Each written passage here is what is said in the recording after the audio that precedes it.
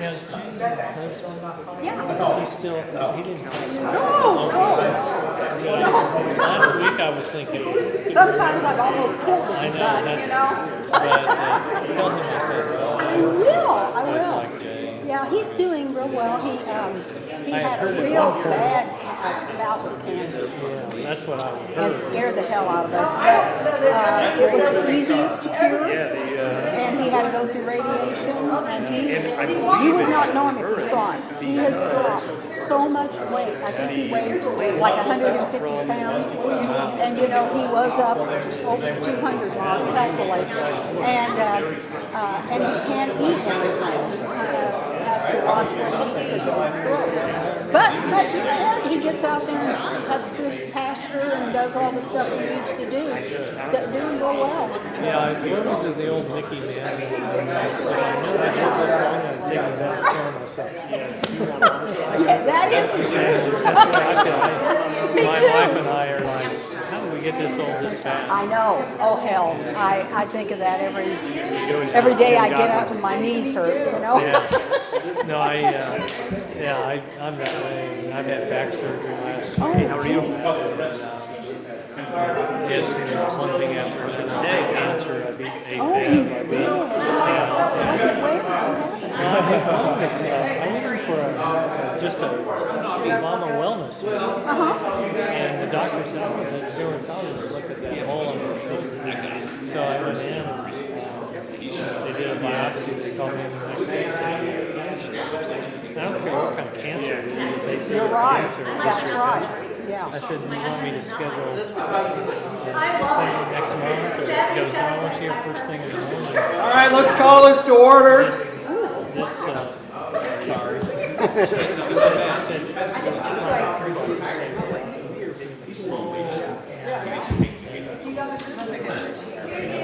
Here, yeah, bam, bam, bam. All right, can we do roll call, please? Bryant DeLong, He contacted me and said he will not be here tonight. Brian DeLong. You can do that?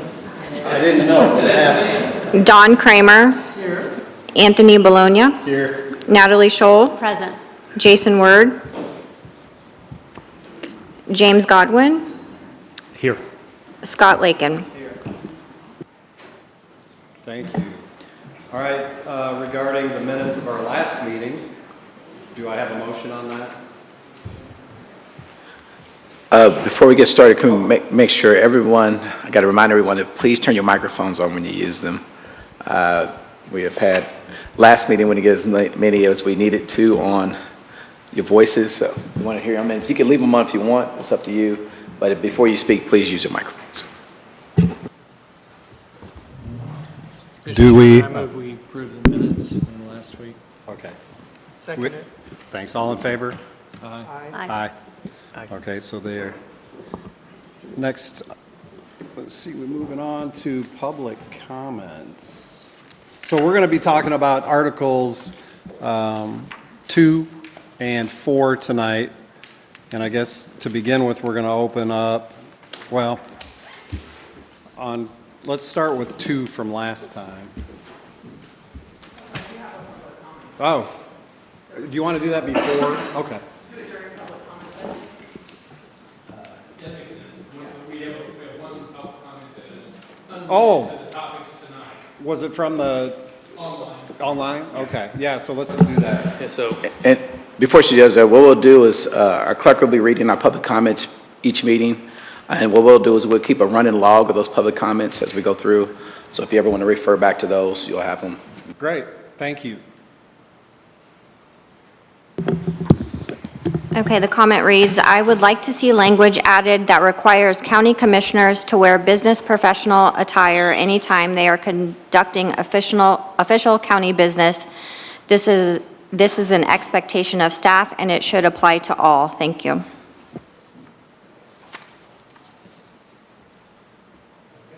Any further, anybody have any comments on that or consideration of that? I think it might be, rather than put it in the Constitution, it might be better to have that be a legislative ordinance of some kind. That is not for the Constitution in Okay.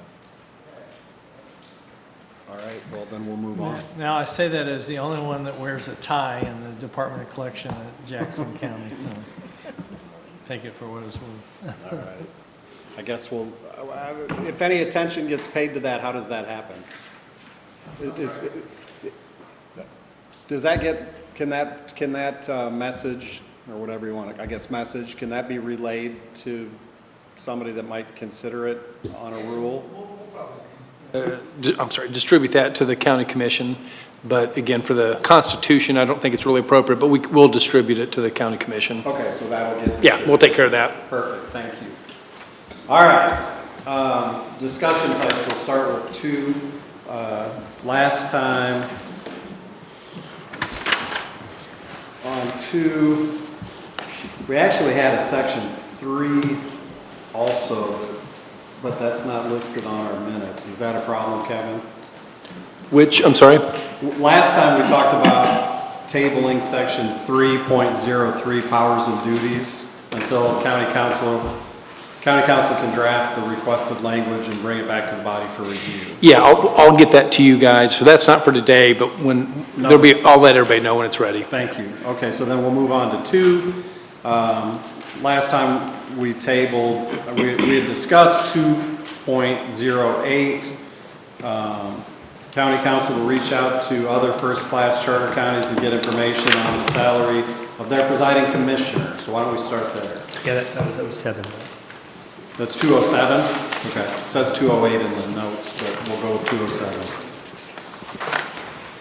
Yeah, so I guess I'll start with that. So it wasn't as helpful as I would have hoped. Number one, I thought there were a couple more first-class charter counties than there are. There aren't. It's us, Jackson, there are 5. Us, Jackson, St. Charles, Jefferson, and St. Louis County, I think, yeah. I kind of took out St. Louis County and Jackson because they're so much bigger and it's kind of outliers. And what that really left was Jefferson and St. Charles. And so I thought those were appropriate. So Jefferson is about 20 to 40,000 people smaller than us. St. Charles is 405, 410,000, so about 150,000 bigger, but still in the ballpark.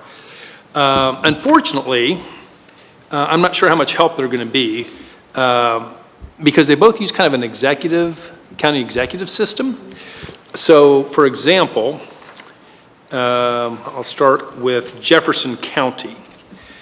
The elected county executive is paid $126,831. And this is according to documents I received from a public pay survey. They were actually given to me by St. Charles County. So the elected county executive is $126,831. The county council, the voting members, range somehow from a low of $3,400 a year up to $14,000 roughly. $13,929 seems to be the most common number. But that, again, because of the way they're set up, I think that arguably they're probably set up very much like you would think more of a school board, right? Much more hands-off, policy-driven than probably where we are. St. Charles, very similar. St. Charles has an elected county executive.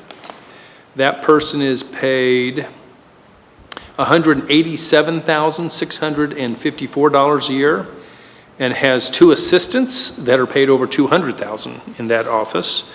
And their county council, those members run between $19,000 and $23,000 a year.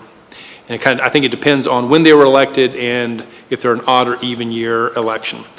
But those are the comparables, and so unfortunately I don't know that it's all that helpful. Yeah, so I guess for me though, I question why we just look at the 5 charter counties. The reality is there's a lot of class 1 counties that are similar in size and makeup, and I think that's the data. I can answer that one. I mean, so the first class non-charter counties are statutorily driven. They are different scheme altogether.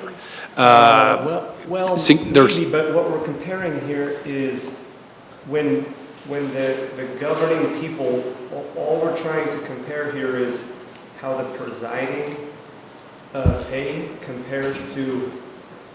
Well, by statute, it's $2,000, Right. and that's what we know. Right. So I'll tell you, as someone who was involved in a number of salary commissions over the years before we were charter, it was always kind of a train wreck getting through that process, because essentially you had folks voting on their own salary. I think arguably the commissioners were paid more than their time was worth in that scenario. So for example, county commissioners at that point were paid the same as full-time, the auditor, the assessor, for example, full-time employees. Essentially, they were always paid the same.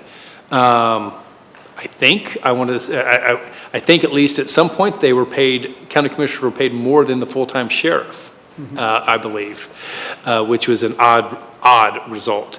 So I understand that distinction, but a three-person commission is vastly different than what we do. So for example, in smaller counties, the three-person commission, they literally run the county. There is no county administrator. They kind of do everything in the very small counties, and there are a lot of them. I mean, we're talking about upwards of 100 of the 114 counties are kind of run that way.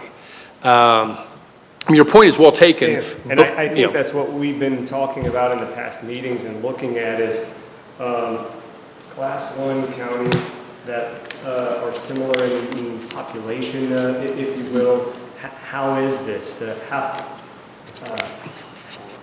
is the presiding role different than the commissioner role? And how is the pay for the presiding role different from the commissioner role? And like you said, the number that continues to come back is 2,000. Right? Yeah, so for the non-charter counties, the statutory counties that have 3 members, I can tell you that the difference in roles between, I'm going to call it the presiding commissioner and the associate commissioners, is very small. The presiding commissioner runs the meeting, as you would expect, has a few statutory duties, but very few that are different than the associate commissioners are. Whereas in the Constitution, obviously, the presiding commissioner has a number of delineated powers that we talked about last week. Yeah, so then the question is, how different is that, right? Yeah. And that's what we've been talking about here. So I think where you are is you don't have good data from the other. I don't think it's really all that helpful. But the question I think really is that you're focusing on is the 12,000 more for the presiding is what I think we were kind of landed on. And so I don't know if that's the starting point of the conversation. Thoughts? Does anybody have an alternative number they'd like to suggest? Because we have a lot of question about the 12,000. But if we don't have an objection, I'm okay with 12,000. Because I haven't heard an alternative number to it. Is there one? Well, we gave an alternative last week, right? Saying 2 to 4. When we look at 12 as a percentage, right? That's a significant difference in the Right. So 30%. if we want to go with 2 to 4, I'm Right. open to discussing that. But it seems that we discussed it, just we don't like that clause to start with. Right. Didn't we talk about also potentially doing a percentage, saying it would be a certain percentage more than? Yeah. Yeah. Is that what we want to head to? Is percentage-wise? I like that idea. I don't know, what do you all think? My 2 cents? Absolutely. Because I don't think We'll we should- take more if you've got. I don't more. think we should change anything. I haven't heard any of the commissioners complaining about any of this. I think So- the commissioners did mention that they thought that was too big a gap specifically, actually. Yeah, I think last week there was 2 or 3 commissioners that said it's too big. Yeah, I don't know. You tell me. You're on. I agree with Natalie. First of all, I think we need to be respectful that people of the county voted in favor of this Constitution. And like Natalie, I've not heard any complaints from the people that they're paid too high. In fact, I think they were paid a little less than the previous people that were in office. quite a bit less, Quite a bit. like cut in half. Yeah, and that was one reason that it passed, was that, it had that in there. Also, I've not heard any complaints. The only thing I was hearing was Jason talking about how the commissioners themselves do more work than Jerry does. I don't necessarily agree with that, but Jerry was, I thought, very stoic not to push back on that. But it's not something I think we should be setting salaries on, especially since the public has seemed to be okay with it. I spent 8 years in Jeff City, and there were a lot of bills we passed that excluded first-class counties with a charter form of government. And the main reason for that was population size. You know, they would want us to do, you know, a certain audit, and you know, for a county with 5,000 or 10,000 people, they can do that. For a county with 450,000 or 750,000 population, like St. Louis County and Jackson County, it was producing reports that never would be read, never be used. And so almost every piece of legislation, unless it pertained directly to first-class counties, were excluded from the legislation that all the other counties were included in. But I just think it's better to leave as is, and if the legislature wants to adjust the presiding commissioner's salary or what they do, what they get for doing more duties, that's for them to fight it out, not for the Constitution or for us. So if it's written in the Constitution, how would they fight that out? Well, they'd have to, if they're changing the Constitution, they'd have to go before the people. But again, as Natalie indicated, didn't seem like the people had much problem with that. They've already lowered, cut in half, you know, the compensation. And you know, I've told people this before, but I mean, half the time I don't know what I'm making because I don't do it for that. I do it to serve and to get the job done. But I just think that we spent a lot of time on it, and that's fine. We've discussed it, but I just think that, again, it's one of those things that should be done by the legislature, not by this commission, if there's nobody complaining. You know, I'm looking for fairness, number one, and then second, asking the people that are involved, is there anything that's not inefficient or, you know, not efficient or not working well that we need to know about to change? But other than that, I think we should keep it intact. And do you mind if I add on to that? I would like to say I agree with everything that you've said, and also what we have done for the other commissioners that they didn't have before was the healthcare benefits. Yeah. And I know the presiding commissioner had that, and they did not, so that's a big added That was the benefit that's as the well. fairness, the fairness. Yeah, so I would be happy leaving everything as it is.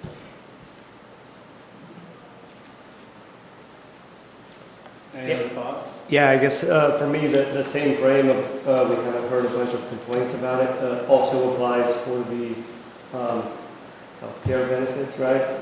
We haven't received a bunch of people complaining about the commissioner not having healthcare benefits, but then we sit here and say, hey, we think this is something they should have. Part of my concern is we're evaluating a number of things to add more tax dollars into what goes on via this Constitution. So like the healthcare benefits and the retirement benefits, I think we talked about this being about an additional $100,000 of taxpayer money a year just for that. And so certainly a reduction of the presiding's extra pay, it isn't going to account for $100,000, but I just think it's right for us to consider, right? When we're talking about this, we're adding taxpayer money back into this, and I guess if the alignment is, hey, 12's okay, and we add the benefits and the retirement, as long as we acknowledge that, you know, that's taxpayer money that we're increasing the use of here. I just think from a percentage perspective, $1,000 a month, 30% more than the others, it's misbalanced when we're talking about equality, but Also, in the scheme of it, it's 12,000. Well, and I understand what you're saying, but I think as the taxpayers, they've already agreed to what everybody is making, and now they'll have a vote on the healthcare benefits. So if they have a problem with that, they can vote on that. Yes, certainly. You know, I don't mean that, Mr. Chairman. You know, if you work for a pharmaceutical company and they don't offer health benefits, you're not gonna have your employees very well. And so, you know, and I understand this is government, not private business, but again, I'm looking for fairness and that issue on health care benefits and retirement.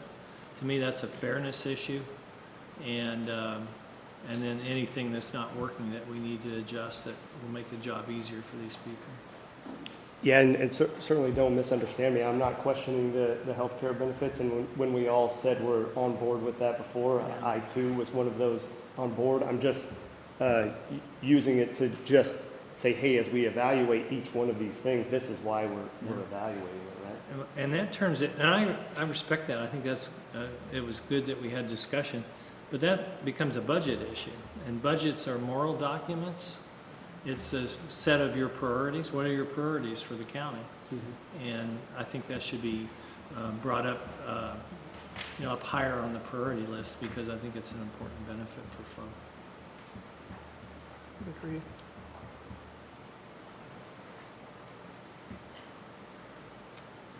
Anything else? Is there any public comment on this that anybody want to? I will turn to the public and ask if anybody wants to comment on this. I don't see any responses. Am I gathering from this that we have consensus that we're leaving it as is? Yes. Well, I disagree, but I understand disagreeing is the process. Well, I know where you guys are on it, so I think it's fair at this point to say we have consensus on leaving Okay. that where it is. So we've talked about 207 three times. Just so I get it correct, I want to make sure, I think I understand what the consensus over those 3 meetings has been, is we are leaving the salary alone as it is tied to the Missouri House of Representatives. The presiding commissioner receives an additional $12,000. All members are will be entitled to access to all benefits available to county employees, including health care, and I believe there was also retirement, is what I remember. No, I don't think, because I think we talked about the retirement and one was not available. Yes. Mr. Hodges will tell me if that's wrong. Well, I think The other one was already happening. Well, I think what we said was, I think where we landed was available, to all benefits, and then it will be up to whether they qualify for those benefits, otherwise qualify. So if they qualify for, I think, one retirement already, if they qualify for the other, then they qualify, but that'll be a separate decision as to whether they qualify.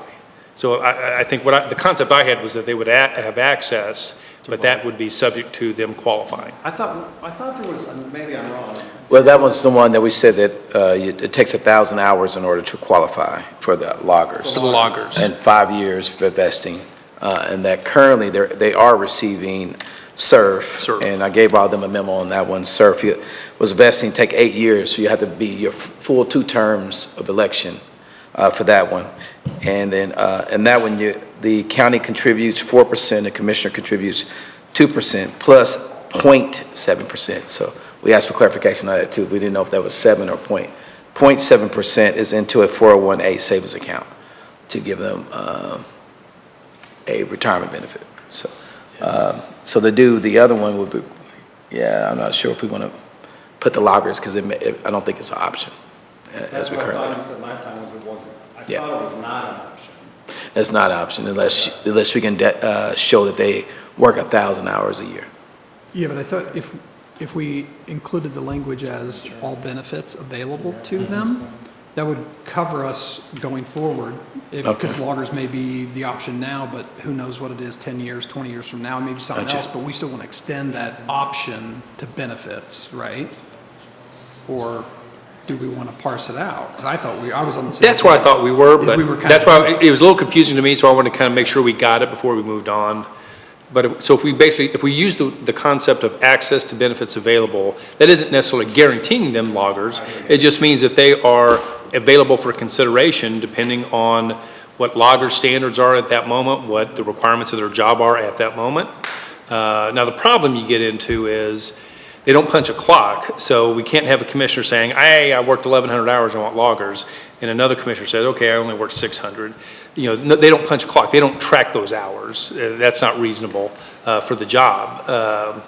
So it is difficult to firmly, in my opinion, land on whether or not they will have access to loggers or not. Because I think right now, I think you can make an argument, we have some commissioners doing more than 1,000 hours a year is just about 19 hours a week. I think there's some commissioners that probably could legitimately say they're doing 19 hours a week. So that one I'm just a little gray on how we want to handle that one. We can work on that language, because I also, being the seat that I'm in, I don't want to be the one making that determination for whether or not a commissioner gets that or not, nor do I want our staff to be in that situation. So if it's something that's dictated by the Constitution, we should make sure that language is enough to where we understand exactly, whether it be us or 5 years down the line where it's not us, Right. that it's clear to what's going to happen. So we can work on that language to make sure, because Okay. I can see someone else coming in and say, all benefits available. Damon, I've been here for 6 years, I want my loggers. And they haven't been paying in loggers for 6 years. Right. So, because you have to start paying in loggers the minute you start. So then you're accessible to those after 5 years investment. So then that would mean we would start taking some of that out before we ever know if they're ever going to be available. So it's a few triggers there that are a little bit different than what a SURF was a determinant that was made in 22 that told us that all those elected officials had to go be a part of SURF. So Well, that why don't was, we reach out to loggers and just see what they said, depending on what change in language we do? Maybe the same thing. yeah, we can check with them on their Okay. language, but we did reach Okay. out to them on it. Okay. The one thing with loggers is. Kim, you have to come up to the mic. Oh, can you come up here, please? And you have to, On the backside, okay. your name and your title. for Yeah, us, please. Kim Callahan, HR Director. Okay, the one thing with loggers is you're either a full-time or a part-time employee. That they don't look at elected officials or seasonal or any of this, and they look at the hours that you work. Now, prior to this Constitution, we had 3 commissioners, and they were all considered full-time employees, and they were getting loggers then. Okay, so you have to work at least 1,000 hours per year, and we have to watch our part-time employees and make sure they don't get close, because if they got close to it, then we'd have to put them in loggers.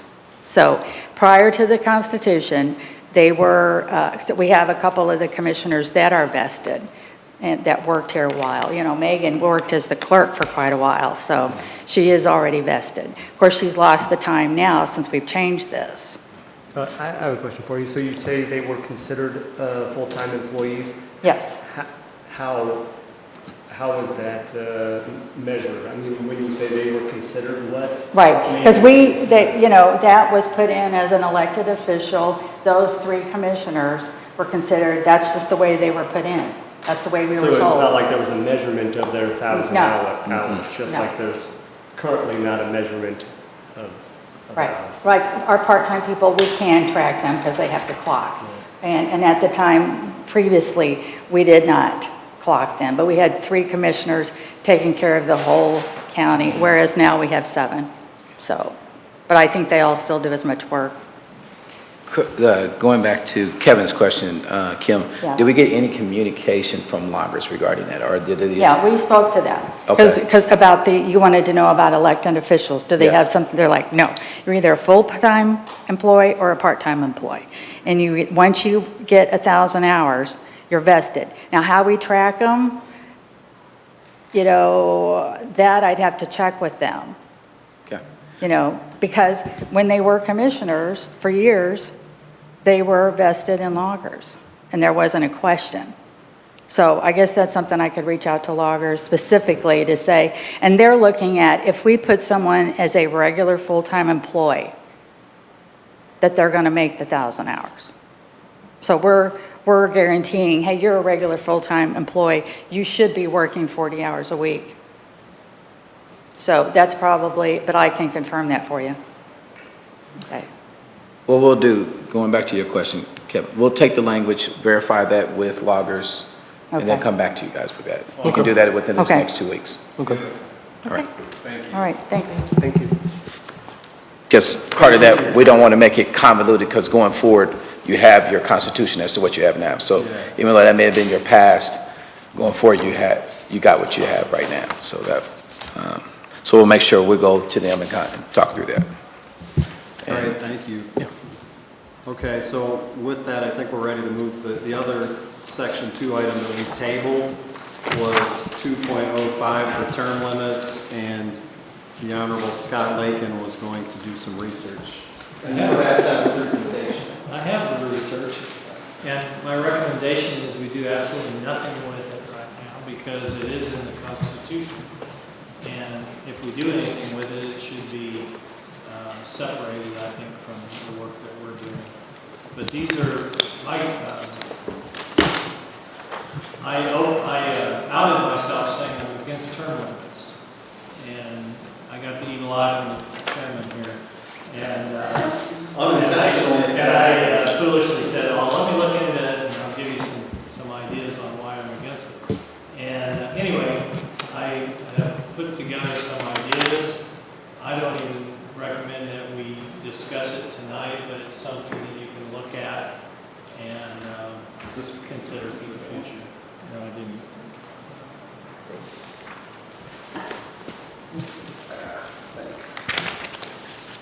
I'm trying to remember if that. Again, the original vote was term limits were included, and I think we should honor that until we decide not to. But now's not the time to do it in a vote, a package vote with different issues in it. Any comments? Yeah, I guess I thought the question pending was just, do we add 16 max or not? I thought That's that what I was the gonna pending say. question. So, That's what we got. I'm sorry. The 16 years that we talked about, whether we wanted, because there was some ambiguity with that. Well, I wasn't in that discussion that much, I don't remember, but maybe I I think it was how it was written, because he said it's in the top 16 years. My question was, what happens if you have partial terms? Right. And does it affect the 16 years? And I think it was decided that it's 16 total. Didn't, yeah, we did too. Was that, didn't we have consensus on 16 total was getting added? I don't know that we had consensus on it, but I guess I'll just say I'm with Scott here, that we just leave it the way that it's written. Okay, and it's not put in the 16 years? I think we need to keep the ballot question as simple as possible. Okay. Yep. Okay. And again, big picture is in 5 years, this is the first time through it. In 5 years, if we see a glitch, we'll be able to address it, in 5 years and then every 10 thereafter, so. Okay, so we're going to leave 205, and we're done with that conversation. Which leads us to 4. Go ahead.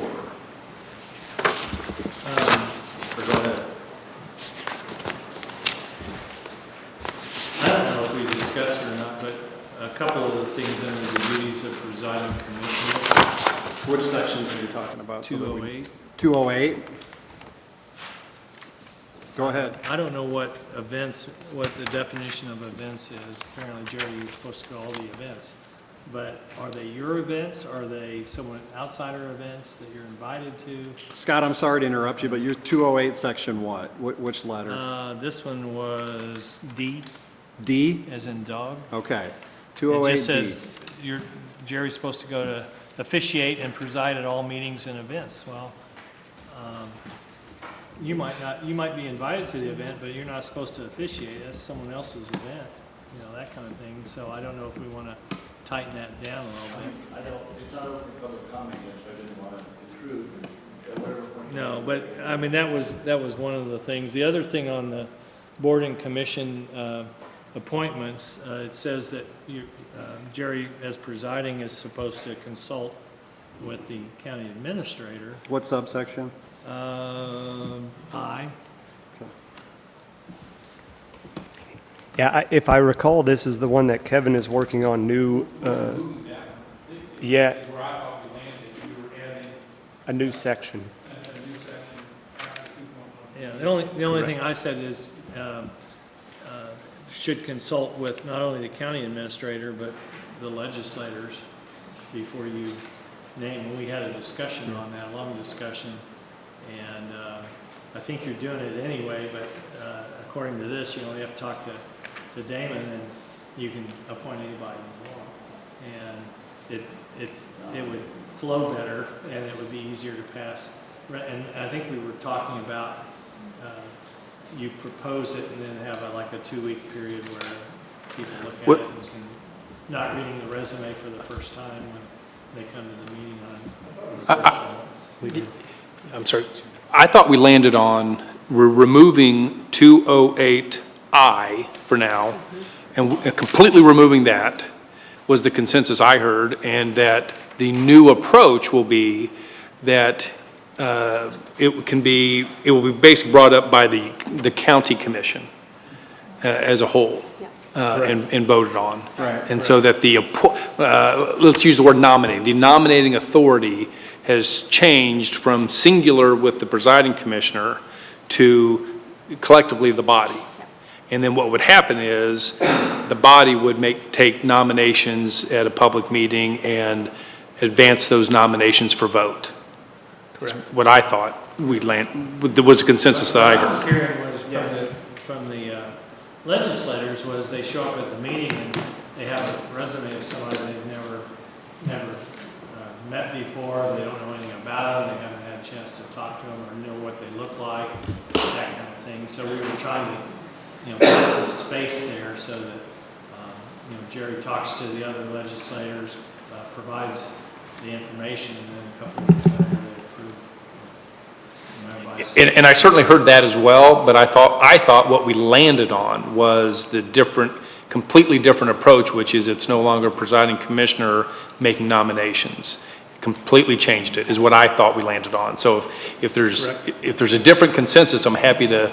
I don't see a problem with the presiding commissioner, nominating people. And frankly, if they're gonna pay him $12,000 extra to do it, he needs to be the one that kind of organizes that. But my concern was all the legislators have sufficient time to do their research and their recommendations, and then vote on it a couple of weeks later. But that to me seemed a little more efficient. Yeah, And I have one last thing, and then I'll shut up. Do you have more to say about that? No, I think I've said. Are those procedures, so the general rule that you just kind of recited, and then what he's talking about, is that more of a procedural thing that you all would set up? Yeah, so, to me, there's obviously a difference between process and constitution. The Constitution, I think, basically should talk about who has the authority. And that's what I think we've talked about, is, whose authority is it to nominate? I think the Constitution should be done at that point, and then the county commission decides what process gets implemented at that point. If a commissioner really wants to, hey, I'm not going to vote on something unless I have it 2 weeks in advance. If I have a resume, that commission may have a process implemented that says, hey, we want it 2 weeks in advance, and then staff will follow that process.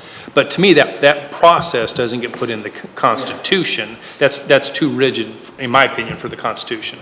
And I think that's where we had consensus, is that right? And this is the one where we heard from multiple legislators that the way that it currently works is not working from their perspective. Okay.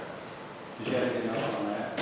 No. But then you had something else? Yeah, the only other thing I had was, it says the presiding commissioner is under J. At the very bottom, it just says, presiding commissioner appoints a suitable commission member to serve as presiding commissioner pro tem. And I think that should be approved by the full legislature. You can nominate and decide who you want, but you've got to make sure everyone else agrees on that too. so that you just don't, I don't want to personalize it, you don't have a pro tem that, you know, the other legislators don't necessarily follow or lead or want to have. You have to compromise to, we have that in Jackson County where we have, not always, but we have 5 to 4 votes. I'm sorry, I can't read your lips. Huh? It's not that I want to Yeah. comments. Yeah, go ahead. Well, I'm done. Okay. Did anybody else up here have anything on that? Is this just a question about understanding it? Well, Select Chair, can you, Yeah, is there a question is this a question just about understanding the way it reads, or is there a motion to change it? The Do you have any motion to proposal? change it is that whoever the presiding commissioner nominates as their pro tem has to be confirmed. Okay, so you're saying you'd like to see that I'd change? like to see that put in. To what? To adding that it not just be the presiding that gets to appoint, but that the, Whole commission? yeah, Okay. It's a vote. gets a Okay. vote. All right, the consensus that I wrote down last time was that we were removing J completely and adding a new paragraph, again, probably after 2.13, that gave the authority to nominate the pro tem and appoint the pro tem to the body as a whole. Yes. That's what I wrote down last time. Again, you made a fair observation, and it's a fair point for you guys to talk about. The difference is you're saying nominate, I'm just saying confirm. Correct. But the consensus I wrote down was that the authority to nominate will be taken from the presiding and given to the body as a whole, is what I wrote down. If that's incorrect, please let me know. Or if you guys want to, readdress that, that's obviously fine too. Well, then do you want to add that it needs, that authority to recommend? Nominate. I think. Nominate. Yep. Would then need to be signed off on or approved by the board as a whole. That's what you're saying. Confirm. Yeah. By the board, and that way Jerry does all the work. Sorry. But as he does anyway, and all these responsibilities, you're not taking, Well, but he's saying, but what we talked about last time. But he puts together That's not what we- the slate. That's not what you had consensus on, for sure. Go ahead and finish what you're saying. I think we started speaking over you. Go ahead. Yeah, I'm just saying that, Jerry can put together, the board people and he can also put together nominate somebody to be presiding commissioner pro tem, but that needs to be confirmed. The way it reads now, you can name anybody and the legislature doesn't have to say. I think that when we talked about it last time, it was going to be that anyone could nominate among the group, not just presiding commissioner. And then I think what he's wanting to add on to that would be they all would then vote to approve the nomination. Well, I think But that that's goes. not what we talked, that second part wasn't in there at the beginning. Well, to me, I assumed that the whole body would have to vote. To approve. So to me, the real question is who nominates? Is it the presiding commissioner by himself?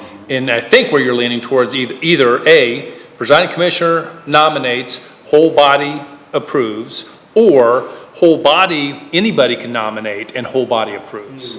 That's where I think, The latter of the two? and the latter of the two is where I think we had consensus last time. Yes. Well, I agree.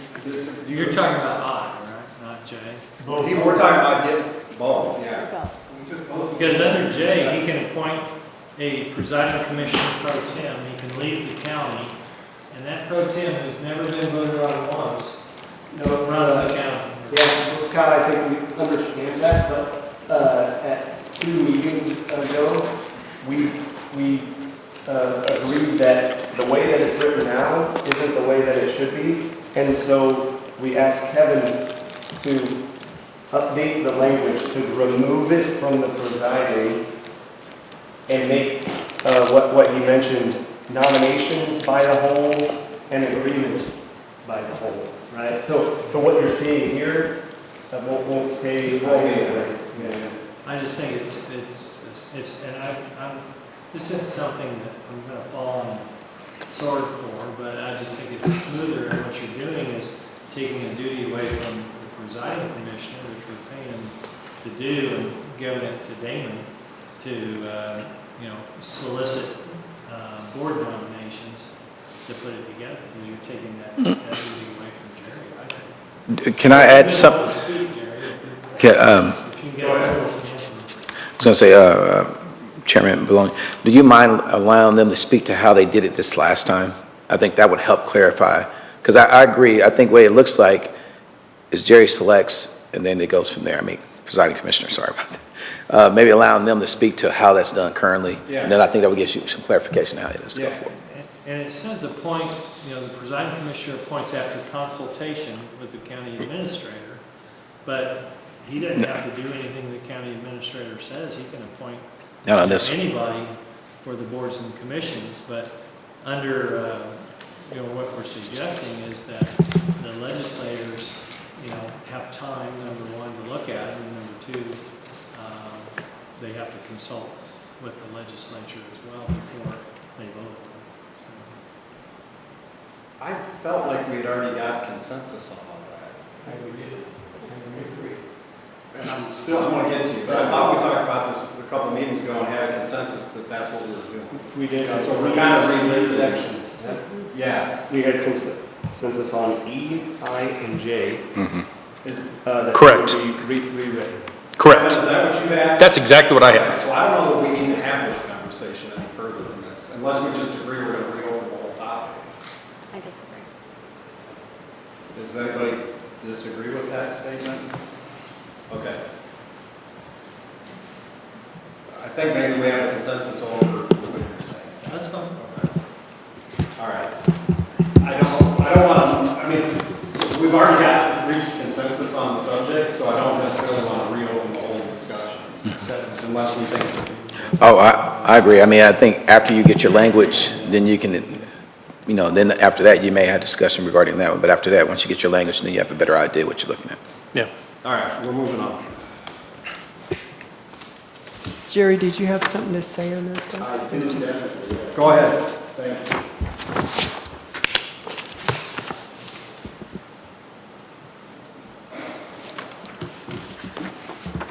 Jerry Nolte, presiding commissioner. Yeah, I apologize for not having been here when this subject was first raised.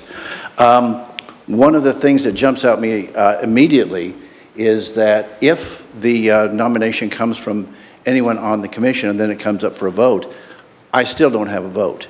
So in effect, what you're doing is you are depriving the presiding commissioner of any role whatsoever in boards and commissions, which is a distinct departure.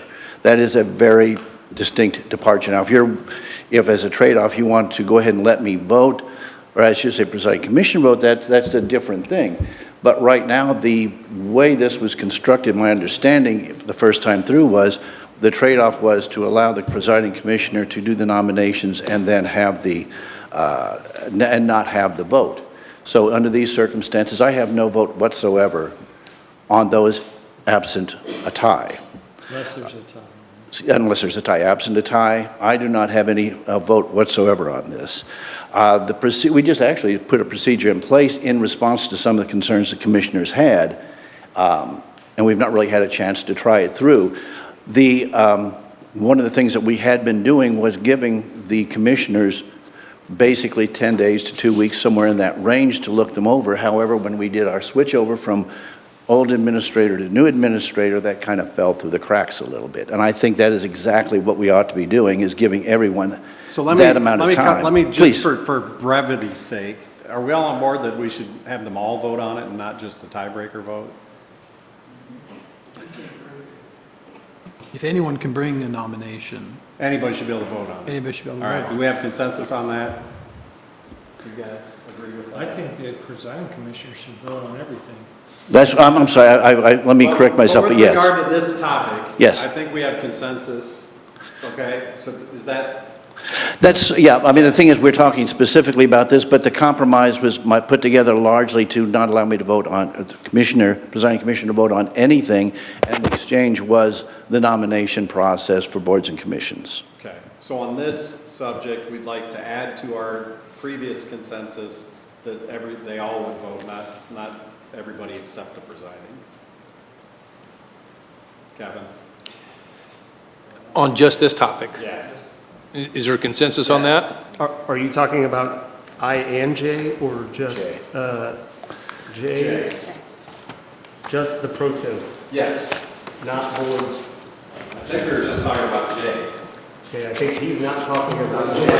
I'm talking about J in context, more broadly, so I'm saying that I don't have any vote whatsoever, and the compromise on the original Constitution was the presiding commissioner would have no vote on anything absent a tie in special circumstances on anything, and in exchange for that, the ability to nominate to the commission was then put in that office. So if we're going to remove one half of the compromise, it seems to me we should remove the other half of the compromise, which means the presiding commissioner should be allowed to vote on all items, including budget, because I have no vote on budget.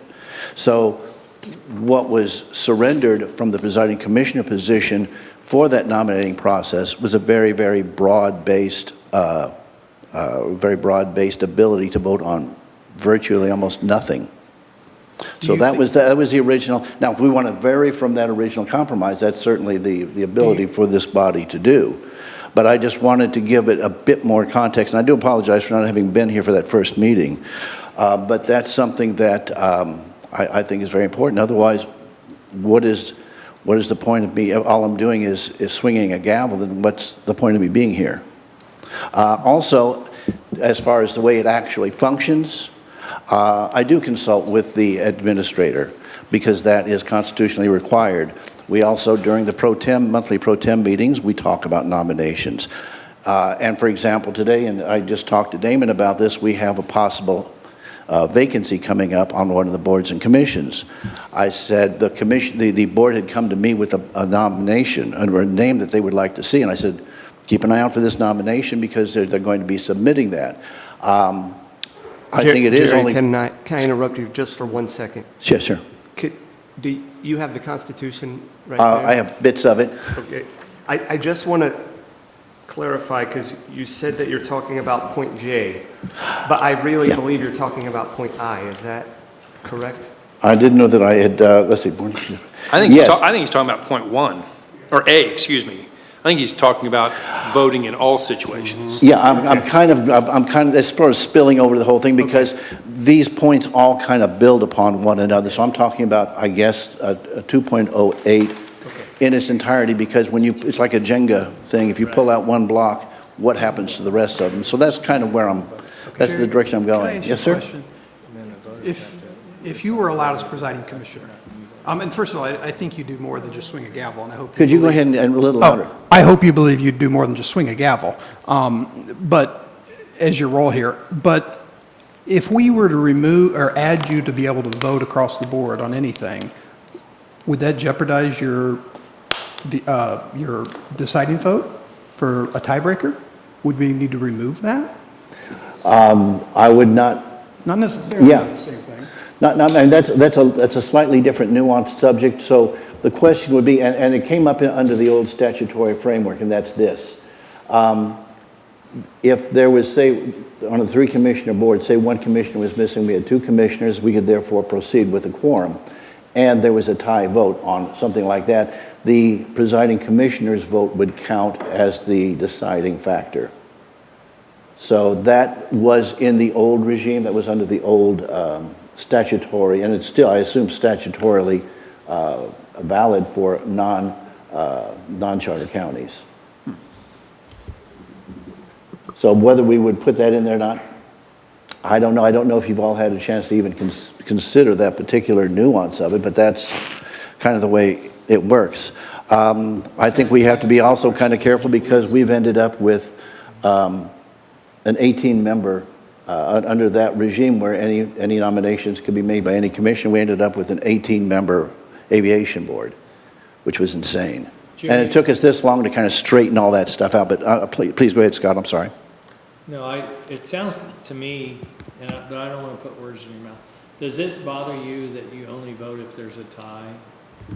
Because theoretically, you could go 4 years in office, just like all the other legislators, and never vote on anything.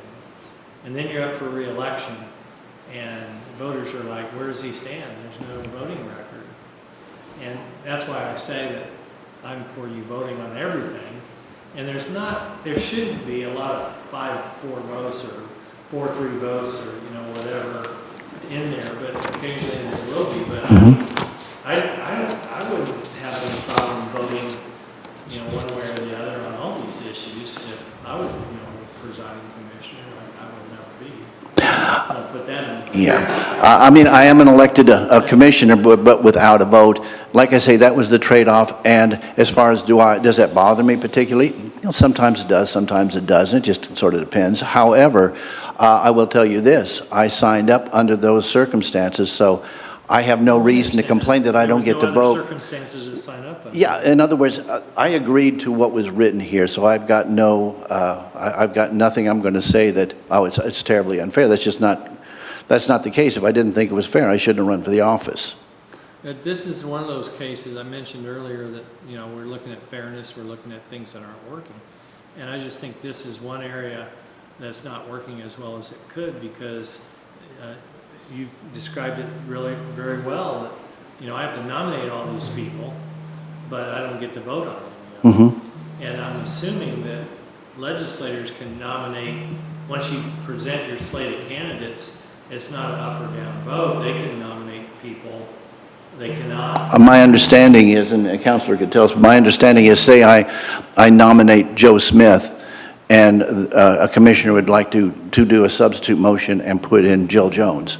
Yeah. That is not allowed under our current Constitution. Is that correct, Mr. Correct. Counselor? So, yeah, that is not there. I guess you could say that my nomination was a de facto weighted vote. In the same way in the old statutory days, that the presiding commissioners, in the case of a tie, would have the weight of tipping the scale. In a way, the presiding commissioners vote, at least when it comes to nominations and boards, is in fact weighted. I have If you can get 3 people to agree with you, you can, as presiding commissioner, you can pass anything, right? Some days, as you know from having served in the deliberative body, that some days that's easier than others. But no, I do need to have a consensus, and I have, in the fact, on several occasions, I had to go back to someone that I was nominating and say, I'm sorry, you do not have the backing of the commission. I'm going to have to ask you to please withdraw. And not a very pleasant conversation to have, but it's what I signed up for. And so, yes, there are people that it is clear the commission does not favor, and I don't have any desire to bring someone up who is going to be voted down just for the, because I would rather save them that, that ordeal. So, Well, yes, I have understand that. withdrawn I'm just saying before. that I think that as a presiding commissioner, you should be voting because otherwise you're separate from 6 other legislators.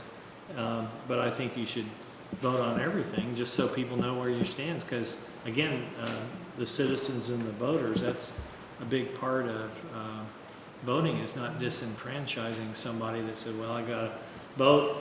One of the people on my ballot is a guy named Jerry Nolte, but I don't have any voting record. I don't have, anything really that, other than he's a good guy. And people might say, well, this guy never votes. Why should we keep him in office?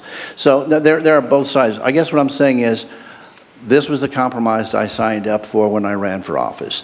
If we are going to change it, I think that you can't change one side of the equation and leave the other static. I think that consideration should be given to retaining a balance. Now, is this what we have now, the correct balance? It is a balance, and it works more often than you would think. If we're going to create a new balance, then my recommendation is to make it truly balanced. And that would be one way to go about it, would be to allow a vote for the presiding commissioner. If you're going to remove one area of benefit or powers, please then put another one in there to keep it a balanced thing. Because, as I say, there's not very much, that is a large part of what happens. Just to back up for a minute, Scott, you were asking about events and that sort of thing. It's usually official type occasions that I need to be there, and if I'm called on. If we're doing a ribbon cutting, then yeah, I will be the one to speak. I'm the one who's supposed to be there. And other commissioners certainly do show up, don't get me wrong, they are there. But if we're at, I don't know, a chamber lunch, and we are not necessarily on the agenda, we're just in attendance, and I have no real role to play in that. So that's broadly kind of how I look at it. I've been reading the word event, and I'm like, what's the definition? Perhaps that could be sharpened up. I don't know. That's your call, obviously, not Do mine. you have anything else on that subject of voting? Well, like I say, I mean, the other thing I guess that I would say was we've already kind of signed up for that, and so that's what I think we ought to be looking at. But please just maintain a constitutional balance, because that's what constitutions are about, is a balance of power. And this allows, this is kind of a bulwark against the majority maybe going too far in one direction. So it's a balance of power kind of thing in my mind. And I can obviously be overridden, and like I say, when I sense I might be overridden, I will, I would certainly consider and have also in the past removed people from consideration or ask them to step down. I don't like to remove them, but I do like to give them the option and say, not happening. Thank you. Thank you very much. Sir? Jay Johnson, Clay County Commissioner. Kind of frustrating listening to these conversations for a couple of reasons. First of all, I don't think that we should ever make a constitutional decision because we want to be fair to either a presiding commissioner or someone on the commission. It's what's best for our county. It's what's best for our people, not what's best for Jerry or any other presiding commissioner. It's what's best for our county, period. That should be what's underlying all the decisions for a constitution here. Second of all, when it comes to a vote for the presiding commissioner, I think, Scott, no offense, but I think you've really muddied the water in this, because it does not make a difference. It takes 4 people out of the 6 to pass anything. If there's only 3 people to vote for it, he automatically has the tiebreaker. There's no need for him to vote. If he doesn't have at least 3 people, then he doesn't get a tiebreaker because there's already 4 against it. So there's no reason for him to vote. He is the tiebreaker. The numbers don't change at all by allowing him to vote. But what happens when you allow the presiding commission to vote, it takes away somewhat of neutrality that he has in governing a meeting. He has the gavel. He decides who gets to speak and who doesn't get to speak. And every time anybody speaks, he does a follow-up to that and says what he wants to say. There needs to be some neutrality in the chair who governs a meeting. The way it's set up now, I think, was brilliant. You have 6 commissioners, you need 4 to win. And if you only have 3, then he decides if it's going to win or not. So I think the way it's set up now and him having a vote now, it's not going to, by giving him a vote, it's not going to change anything.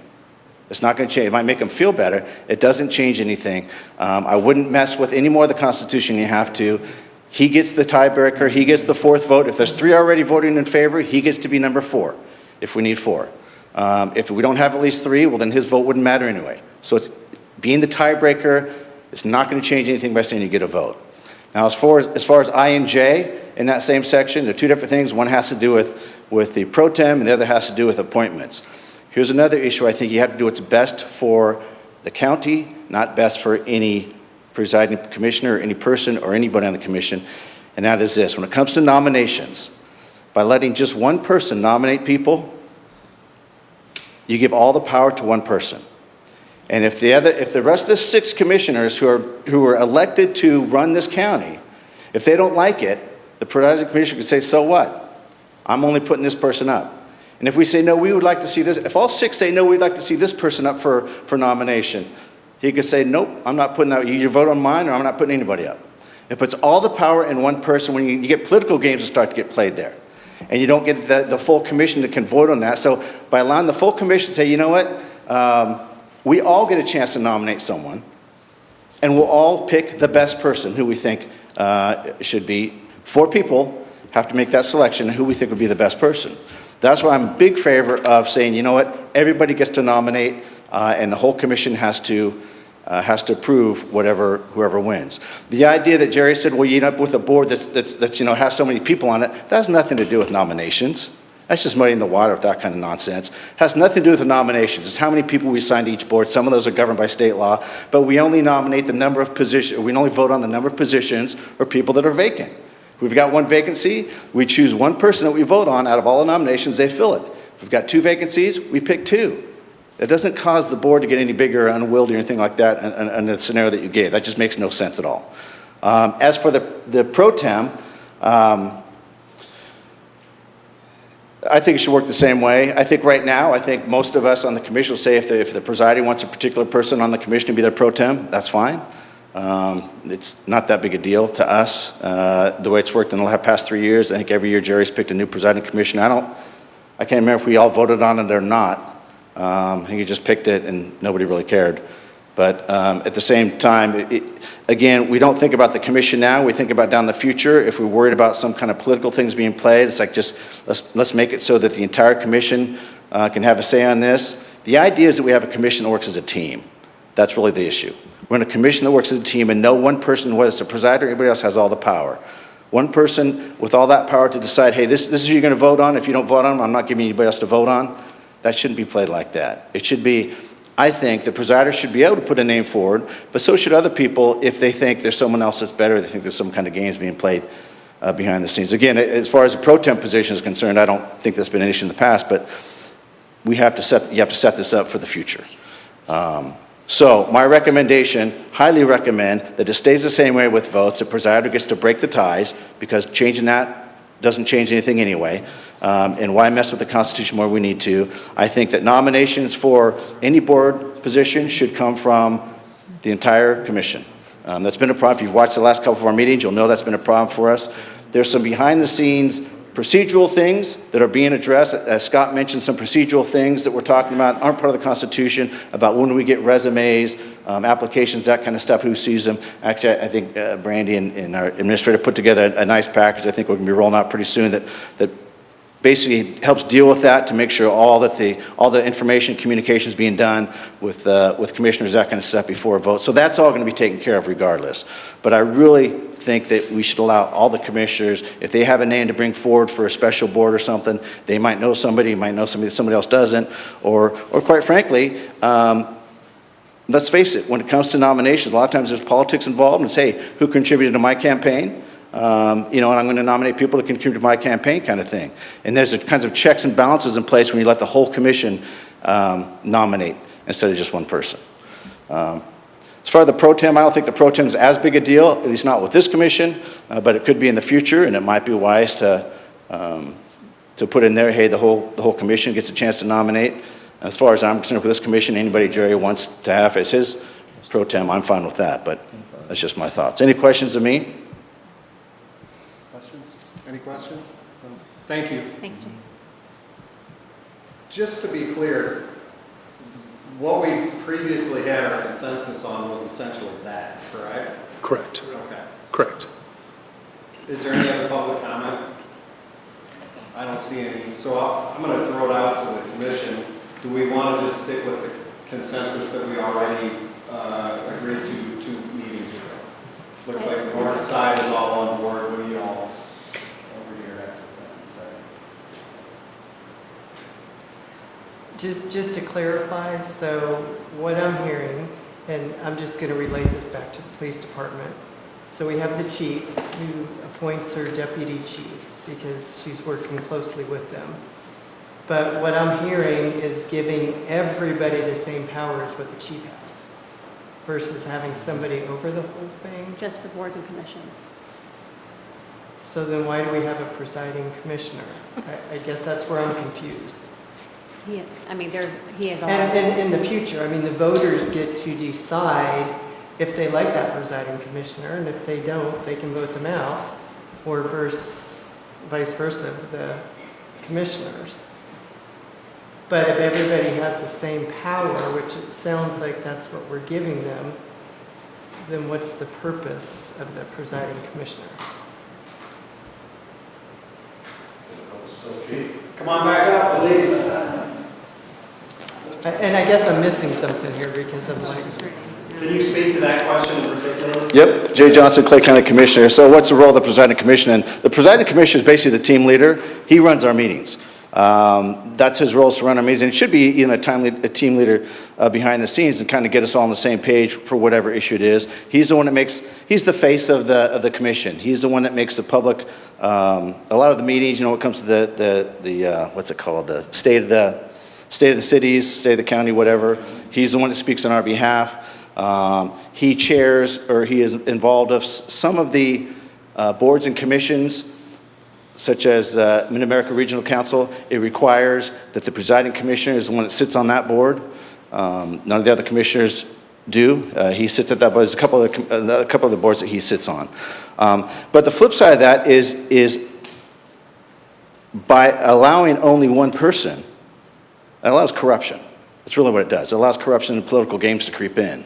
And I'll be quite frank, we've been dealing with that already, and it's a problem. And we need to eliminate that. And most of the public doesn't know that. But we need to eliminate that. If you watch our last commission meeting, this is the last one, the one before that, you'll see one of the problems that we had with doing that. And that was a state appointment that we're talking about that we don't have control over. We don't want that to creep into our appointments on our other boards, where the commissioner could just decide who he wants, of whatever reason he wants to. And sometimes they're very politically motivated. And we don't want that. That's just no good for anybody. And it's not about, again, it's not about, hey, what powers can we give the president commissioner, or how can we be fair to the president commissioner? It's how is this going to work best for our county and for our citizens? What's best for them? Not what's best for Jay, or best for Jerry, or best for Joanna. It's what's best for our county. And it's never going to be best for our county by putting all of the authority in one person to make decisions for board appointments. That's my thoughts. Go ahead. So, and I guess, and I'm sorry, I wasn't, as far as what happened, once somebody's appointed, you're saying you guys have no say whatsoever. So we can confirm appointments. So basically, if Jerry wants you to be on a board, he could say, hey, I want Don to be on this board. And we could say yes or no. If we say no, we want Scott on that board, you can say, nope, I'm not putting Scott up for, Scott doesn't want to hear it. You can say, no, I'm not putting Scott up for appointment. I'm putting Don up only. And if you don't nominate her, if you don't confirm her, then it's going to go empty. That's what he has the power to do right now. That's what the Constitution gives him the power to do right now. So what you're saying is just, he can appoint somebody, but you guys then have to vote on it. That's how it is now. That's how it is now. But we can't appoint. See, what we'd like to be able to do is say, you know what? No, all 6 are saying no to Don, but all 6 are saying yes to Scott. But if all 6 of you are saying no, then does that person automatically get knocked out? Yeah. Or do you have to go with that person? No. Okay. They don't get appointed. So, I mean, that's kind of doing the same purpose in a sense if you all disagree with his. Yeah, but we want to put Scott in. You want to be able to bring names to the table. Right. That's what this. Right.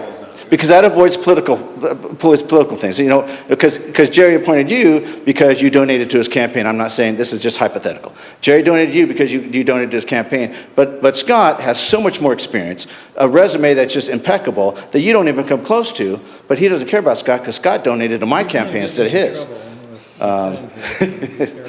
So that's what, if there's a way to build into the system, any kind of corruption, any kind of, and this isn't about Jerry, this is about the position. Any kind of opportunity for any position to take advantage of it where it's not best for the community, not best for our county, then we need to fix that in the system. And right now the system doesn't allow 6 people who've been appointed or been elected, doesn't allow any of us to say, hey, you know what, I'd like to see Scott on this board. Let's give him an up or down vote. No, you only get an up or down vote if the presiding commissioner says you get an up or down vote. And if he says, nope, I'm not going to put it forward, then that can go vacant, or we'd be stuck with just voting for whoever he wants. It's like, it makes no sense. There's no reason in my mind why you wouldn't open it up. It's what's best for the community. Why not open it up? Why not give everybody a chance, and let's get the best person in there based on what all 6 or 7 commissioners think is the best person. Well, and I like the idea of letting the presiding commissioner pick somebody, and if you guys all veto it, then you guys pick somebody or something. Where Sure. You know, they're still taking Yeah. that role, and if you disagree, you guys have some power Yeah. to change it. Well, I think in Is the way what we I'm probably hearing play. You're asking for, right? No, I think you're asking for it from the get-go, not waiting for him to bring one up that you vote down and then. Right. You're saying from jump, everybody out there. I think who they want to the table. Yes, I think it'd be better from the get-go for a number of reasons. One, it gives us a chance and all to look through these resumes. It doesn't cause embarrassment to someone to who he brings forward, and we say, no, we don't want you, we want this guy. Because we're talking about people that are volunteering their time. We're talking about people that are stepping up and being asked to do stuff for free. And we don't want to make it a situation where I don't want my name dragged through the mud. I don't want to put up for a vote and be turned down because they want somebody else. So it's better if we can sort this stuff out ahead of time. We can all kind of say, you know what, we think this is probably going to be the best person when we look at all these applications and resumes. Why don't we just bring this person forward? Right now, that doesn't happen. We don't have a chance to do that. And that's where the problem lies. And I guess there was some confusion because we talked last time about the 10 days, giving you guys ahead of time to look at it and appoint somebody as well. Yeah, so that's not, well, we don't get a point saying as well. But that's not constitutional stuff. That's all behind the scenes procedure stuff of how we communicate things. Did we put that in there? I think we talked about it being procedural. Okay. Yeah. And that's where I'm confused because I thought we had put that. No. I think, Kevin, didn't you talk about that would be something that you all would set up a procedure? Yeah. And they've already started working on it. To be honest, if we had to put that much detail in the Constitution, we're in trouble. Yeah. Scott, did you have something? I just try to follow you on this. Yeah. I feel like you're talking in circles a little bit.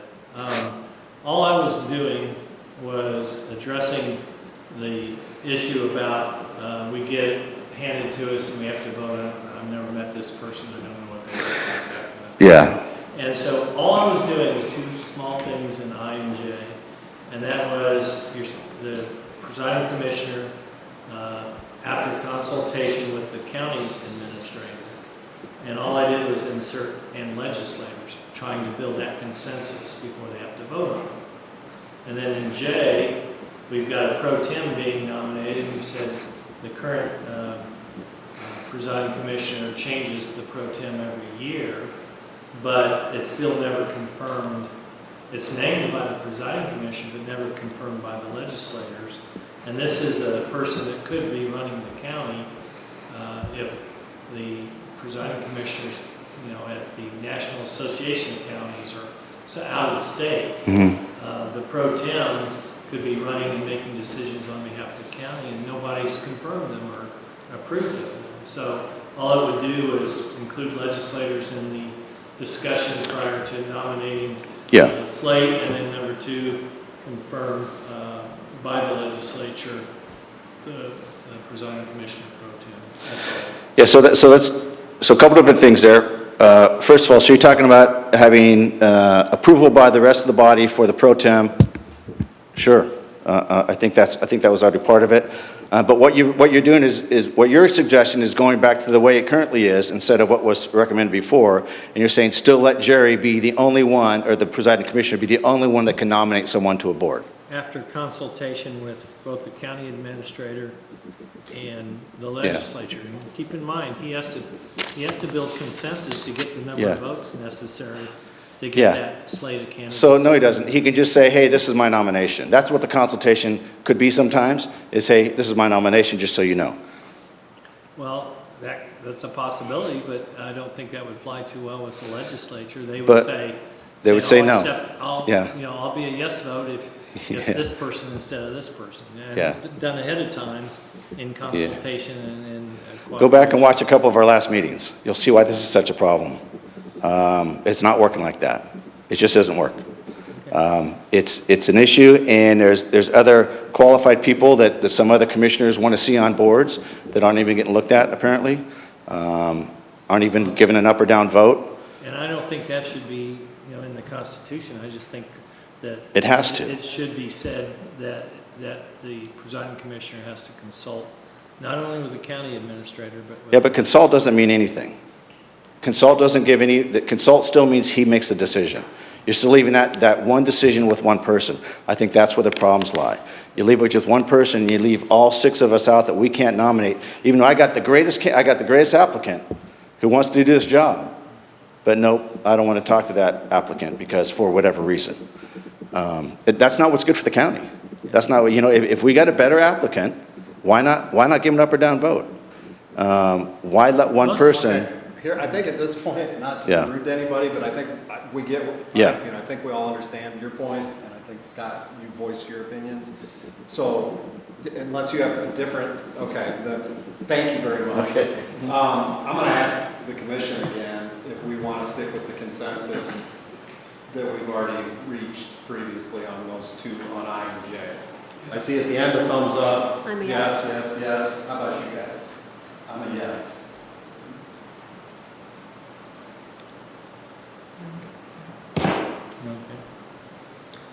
I abstain. Okay. So we have a consensus on previous. No changes from where I thought we were. We went along, that's good, though, we talked it out. Thank you to everybody for Okay. contributing to the conversation. Thank you. Okay. All right, we're gonna take a break before we move on to 4. And let's just call it like a 5-minute break and come back and then we'll get back after it and take up section 4. Thank you. What? A little warm in here, yeah. We're talking prior consensus, where basically the board, I say, I don't even know where we ended at, because we were talking about Yeah, we asked voting them to that. do a couple words, massage some words to put together a proposal, but they didn't do that on the retirement benefits, they didn't do that on this either.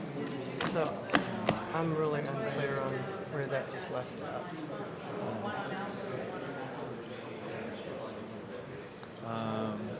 Yeah, all of a sudden there becomes a consensus, and our consensus was for the staff to do their work and bring it back to us, I thought.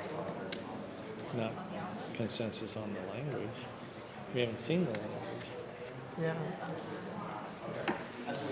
And I thought the Am I only off thing that we base on were that? changing is that the same thing happened, but they got to appoint somebody after if they didn't like. Well, it forces the presiding commissioner to get three votes so he can break the tie. But at least they have to get 3 votes. If he has 0 votes or 1 vote, he doesn't break the tie. But then if they bring somebody in and he doesn't get to vote on it, then that's not fair. That's true. That's the fair decision. The fairness, and then you have something that's not working. This is kind of both. And then if everybody gets to bring somebody, Yeah. And We've got that's gonna 4 or be a 5 shit show. candidates and they're fighting it out to try to, like a really bad episode of a pastor search guide. I think that's going to be a shit show. Hi, how are you? Yeah, so good to see you. You'll have a tough job if you have to explain these retirement benefits. Oh my goodness, it's a I lot. was in financial world for a long time, and also worked at the state level and defined benefit and defined contributions. Very lucky, our employees, and they know it. Every time we Yeah. have a new hire, we explain, if you hang in there, it's worth it. Oh, You yeah. know, it's excellent, we have surfing lockers for our employees, so.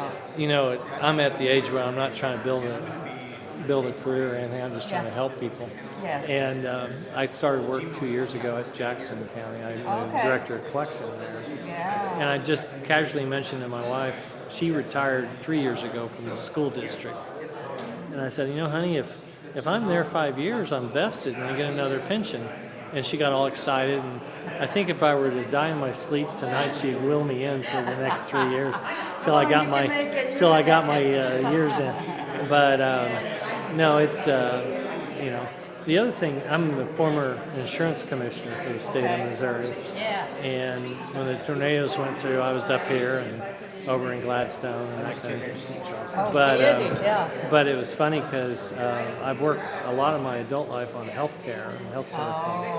And we're adding, 6 people to the healthcare. But my recollection of the healthcare industry is the larger the pool, you know. But they also look at our experience, at our claims, and they just keep going up.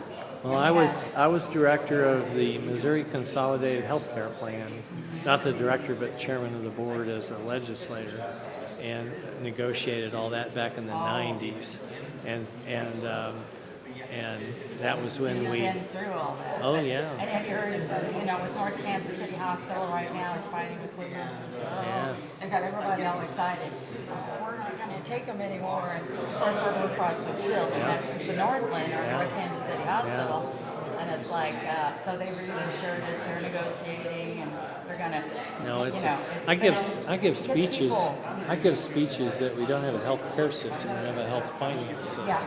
Yeah, yep. And I was not only chairman of the board for the Missouri Consolidated Healthcare Plan, but I was in financial services. We were the #1 producer for Blue Cross and Blue Shield. And Tom, who used to be the president, and later David Gentile, are very good friends of mine.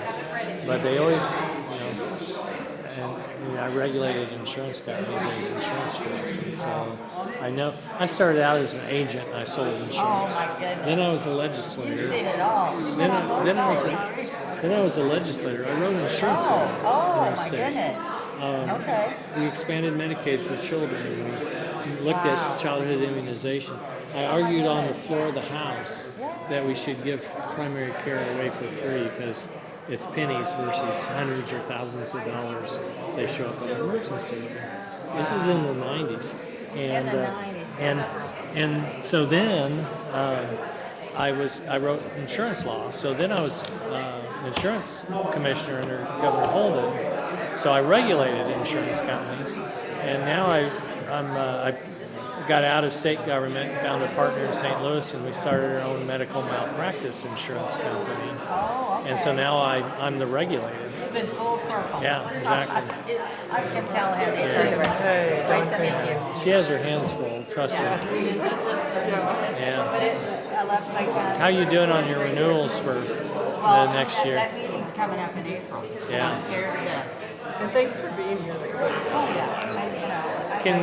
It's so complicated, but just because of all the stuff that's going on with Blue Cross, and we've stayed with them, and it's increased. Last year we had an 18% increase that we absorbed. We didn't pass it on to our employees.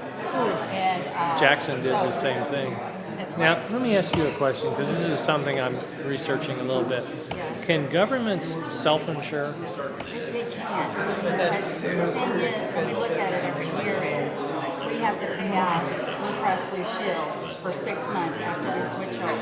So we look at how much we're gonna have to put aside to pay for the claims that are already processing. And it just hasn't got to the point where They have it's a even tail, they feasible. don't have a tail coverage or anything. Because it's been discussed. And it's always on the table, but it's an option. I just thought for the lower amounts, I've got employees at the Department of Collection.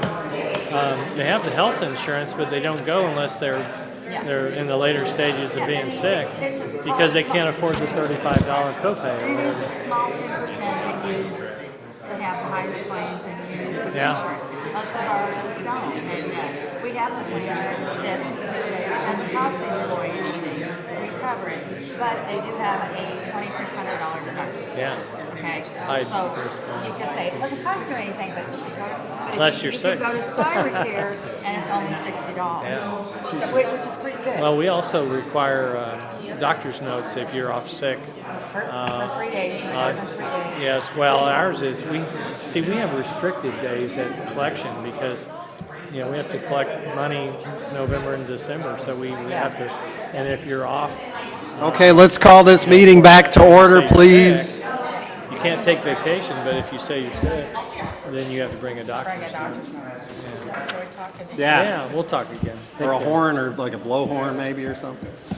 All right, let's start this up with Article 4, elected offices.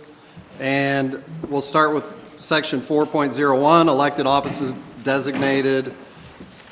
It says, obviously, the offices of prosecuting attorney, sheriff, auditor, and assessor shall continue to be elected. I'm assuming we're not considering anything there. And so we'll move on to 402, powers and duties. The elected offices shall continue to possess all of the powers and duties established by Missouri law unless specified, addressed by this Constitution, specifically addressed by this Constitution. I'm assuming nothing there. And then we go on to 403, qualifications. Does anybody have anything on the qualification requirements. I did, one of the things that came up in the past is Yeah. meet item C, 403-C, which is try to garner everything, meet all other qualifications of the office as set forth by Missouri law. We did invite all 4 elected offices here. I don't know if there's anything within your duties that you see needs to be added beyond that portion. So you want to direct that to them? To them, yes. Okay, would the office holders like to comment on that? Is there anything, could you say the question again? And this is just on qualifications? Yes.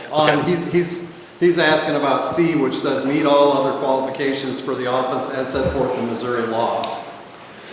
Mr. Chairman, members of the committee, Will Aiken, Sheriff of Clay County, there is nothing that conflicts between our Constitution and the state of Missouri as far as the requirements for the position of sheriff. Too easy. Thank you, sir. Can I ask you a quick question? Yes, sir. Is your name misspelled and mispronounced as much as mine? I find T's, D's, E's, S's. It's just Aiken. There used to be a legislator named Aiken. who would get Oh, I this know. all the time. You know what, take on Bologna as your last name. Come talk to me about what you find. I think my favorite story is I was at a doctor's office and the nurse came out and she was looking for Mr. Akeen. And I'm just sitting there reading a magazine and she goes, Mr. William Akeen? And I was like, what? So I have a question for you. You said that there's nothing that conflicts between this and that, but there's not a whole lot here. Is there more to what's required to be sheriff? No, yeah, that's a great question. So the state of Missouri only requires 1 year for residency in the county. This is 2 years. And so we're not trying to usurp the 1 year. We've added an additional, which I think is a great idea. There is very little that you can do in order to change or allow our Constitution to change the requirements for the position of sheriff, and that's in the Missouri Constitution. And so I've actually been researching that a lot for the last month and talking with different attorneys that have had hand in writing the laws that ended up eventually in the Constitution. There's just not. And so the things that we can do are, and I wasn't going to approach this time, but maybe in 5 years when we do our next charter review, is set standards that there's an expectation that the sheriff has to report to the commission and to the people for certain things. Maintain accreditations, create an annual report for the sheriff's office. I already do that.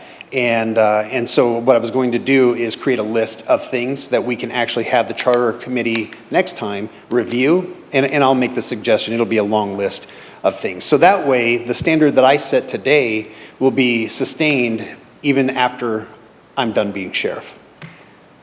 Thanks. So I guess if I understood, then we don't have the opportunity to further the qualifications here because something about the... Yeah, they're already included. law. Yeah, they're already out there. Like, I mean, I think, you know, the sheriff has to be a post-certified peace officer, right? Yes, so the prosecutor has to be a practicing licensed attorney.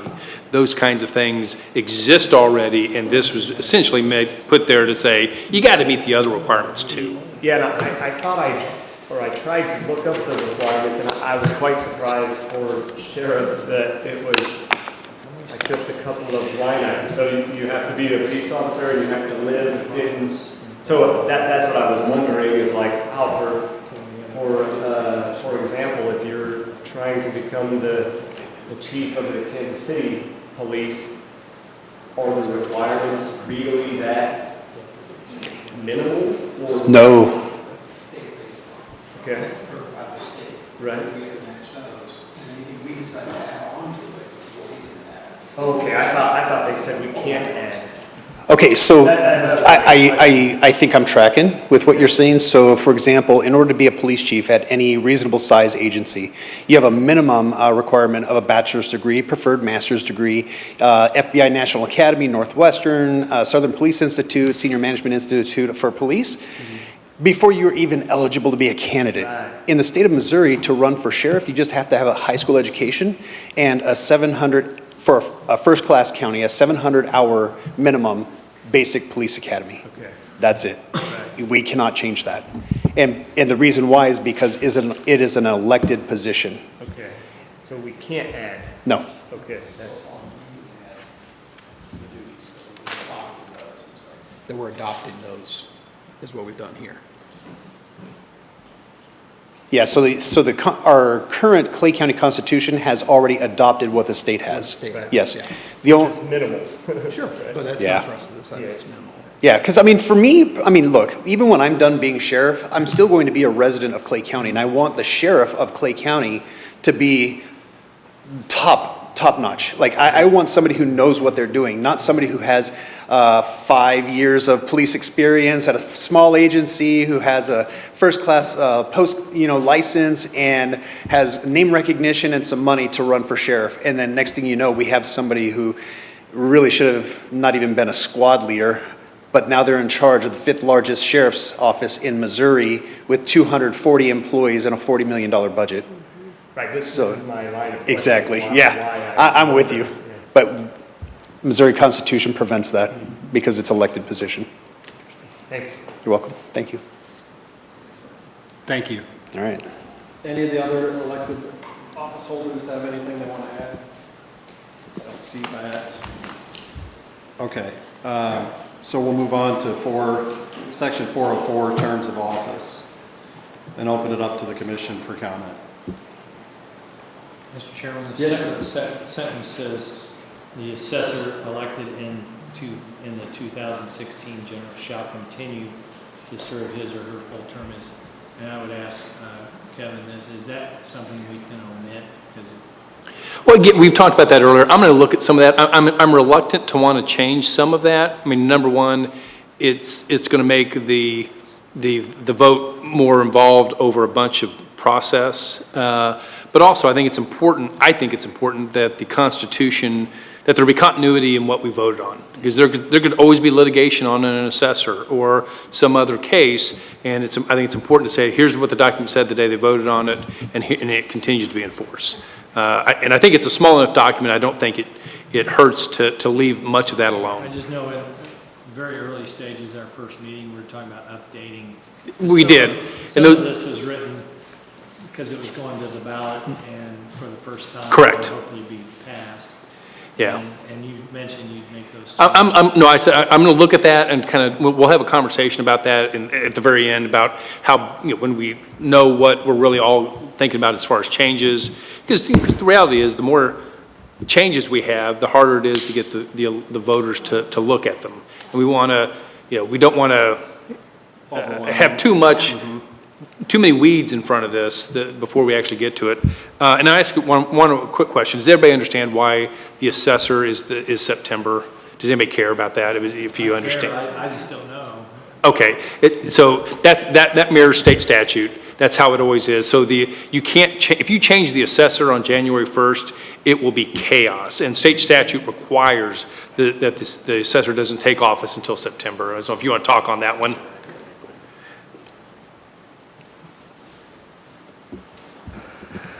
First of all, I'd like to say thank you all for spending your time to do this for us. But I'm Tracy Baldwin, the Clay County Assessor. The reason that is because we certify our values at the end of the year. So we do a Form 11A that we are required to send to the State Tax Commission.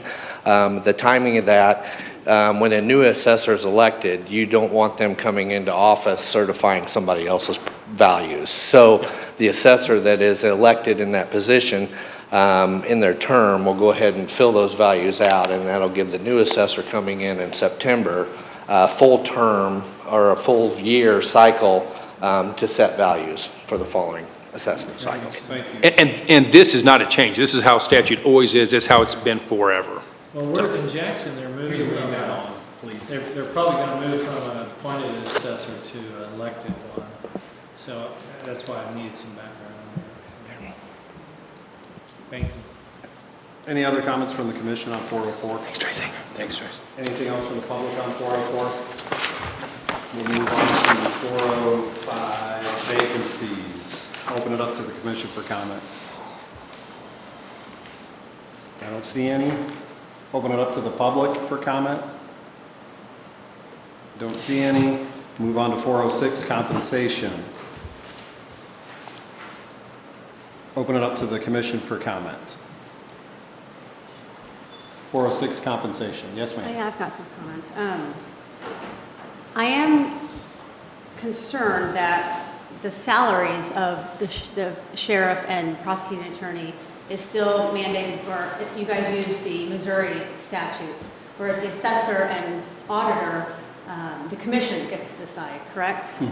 Correct. Their salaries were set, and then the commission essentially votes on whether they get a COLA for those two offices, yeah. But sheriff and prosecutor still determine, you guys, the last commission made it so that it was 75% of the associate circuit judges? They were tied to judges, yeah. Okay, why did that? Well, so the prosecutor has been tied to the salary of associate circuit judge for some time in statute. And so we thought that was so we were trying to get a couple things accomplished. The main thing to get accomplished was to not have a salary commission, not having them vote on their own salary, because that has historically been a train wreck. And just, it's a bad look for people to show up and vote on their own salary. I think we deserve a raise this year, I don't, and people argue over that. It becomes a political issue. So the idea was to tie it to an objective standard, so they never have to come back and deal with it. And the reason we picked that objective standard is because it was already in place for the prosecutor. Yeah.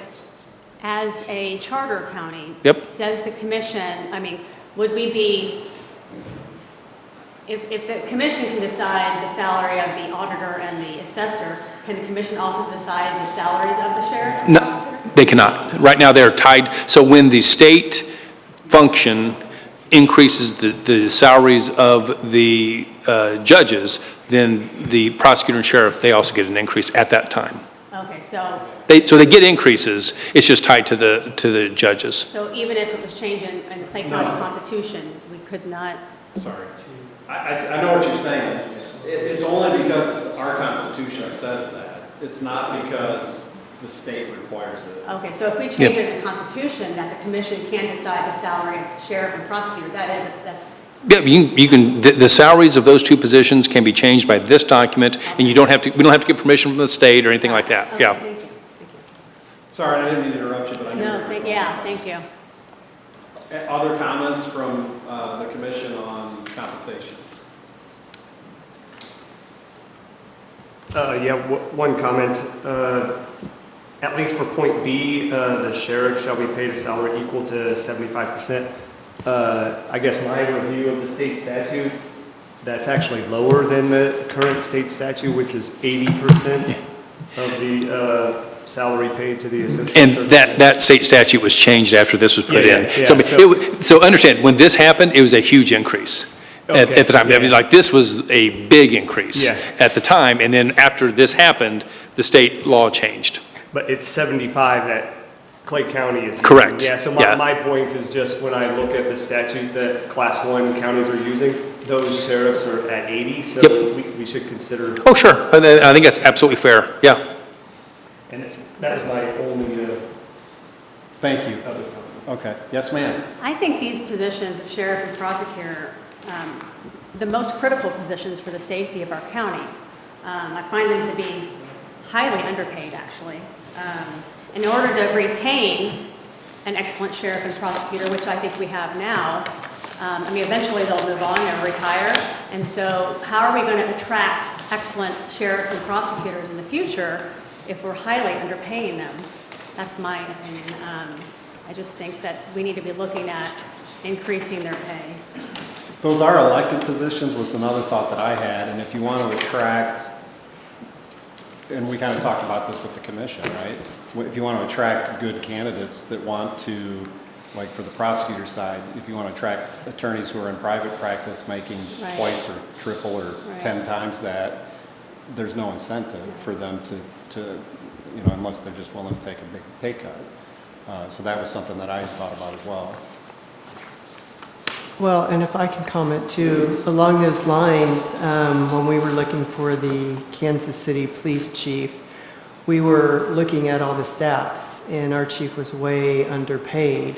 Now, all the applicants put in knowing that it was run by the state as far as the Constitution, and it was capped at 182,000. But when we did, the searches and everything, most chiefs that were running an organization of, 1,100 officers plus 500, staff, they were getting around close to 200 and more a year. And so you have to at least get up to the numbers and at least that 80%. Now, as far as the chief goes, you have to go up the ranks and you have to, be at a certain level before you're even considered. With our sheriff, we're very lucky to have a sheriff with the credentials that he has and the training that he has. And I think what we need to maybe work with the commission on is some incentives for incentivizing him for his education and all the extras that he has done to keep this county safer. But we also have to keep in mind going forward, just like he said, we need credentials for the new the new sheriff to come in, because technically they only need, high school diploma, 2 years living in the county. And we want to make sure that we keep this qualifications or these incentives that, incentivize the next one to come in to be able to get these added bonuses or incentives for doing all the great things that our sheriff has done. So I think that's something we really need to look at and maybe do something with the commissioners where they can come up with a scale where they incentivize for, we look at all the extra things that you've done with education. I mean, he's the only sheriff I know that holds a doctorate. And really cares about the community and is very involved in the community. I mean, I see him everywhere. And I think that speaks volumes. So I think not only do we need to make sure that he's compensated well for what he's done and what he's put in, the extra time and everything, but then going forward, we need to have those percentages brought up. But just in case we don't get somebody of this level, we need to be able to incentivize them going forward that they want to be at this level, and we attract people more at that level coming in because they know that, well, that's an extra incentive besides my base pay. I don't know how we do that, but that would be my recommendations. I would like to suggest a change to section 4.06. I recommend eliminating A and B and adding the following paragraph. The prosecuting attorney and the sheriff shall be paid a salary set by the county commission as part of the annual budget process. However, the prosecuting attorney and the sheriff shall be paid a salary that is not less than 10% of the salary of the county administrator.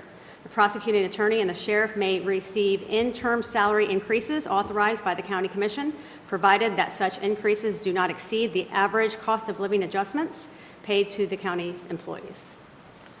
I may have misunderstood that, or I didn't hear it. Tell me the 10% part again. However, the prosecuting attorney and the sheriff shall be paid a salary that is not less than within 10% of the salary. Within. I didn't hear the within. Okay. Okay. That's my suggestion. So I guess I have a couple of questions. I guess I'm naive to this. What is the salary of the sheriff and the prosecuting attorney? I feel like we may, no offense, Yeah, no. I think we may be a little premature. Yeah, I just wanted to get it out there. Sure, but I think if we have these folks come up and talk about that, then we can ask some questions, and then maybe that'll, cast some light on what your thoughts are on what would be appropriate, an appropriate change. Yeah, because I guess someone gave a piece of paper. I don't know who came up with this. Oh, I saw that too. Because one of the things you guys asked for is can I give us salaries of other municipalities? But it didn't have ours. No, it doesn't have ours, but. I think ours got added. Yeah. And then at the last one we saw later, Yeah. very end of the day. But ours is, our sheriff currently has an annual salary of $124,615.40. And Where are you? these are really small for people who can't see very well. I agree. I agree. I'm looking at it myself, so. Where are you on this? It's not on there. Oh, it's not on there, I'm No, sorry. Okay, go no. ahead. So what you were asking is what their current salaries are. That's what, yeah. And then, the prosecuting attorney, I have 166,000. I'll have the final amount on that one. But they make right around 166,000 is what's it. What was the sheriff? I'm sorry. $124,615.40. Thank you. So, yeah, other comments or questions on this subject from the commission? Well, so I guess I have some just questions about the numbers here. So are associate circuit judges in Missouri all paid the same amount? Yes. Okay. And so are circuit judges. Okay. And so, since the salaries for prosecuting attorney and sheriff, at least for class 1 counties, are tied to that, then they should all be the same. Like every sheriff in a class 1 county is making the same. Non-charter, I think that's right. Okay. Okay, because in here, the numbers aren't the same. So That is not, unfortunately, that doesn't surprise me at all.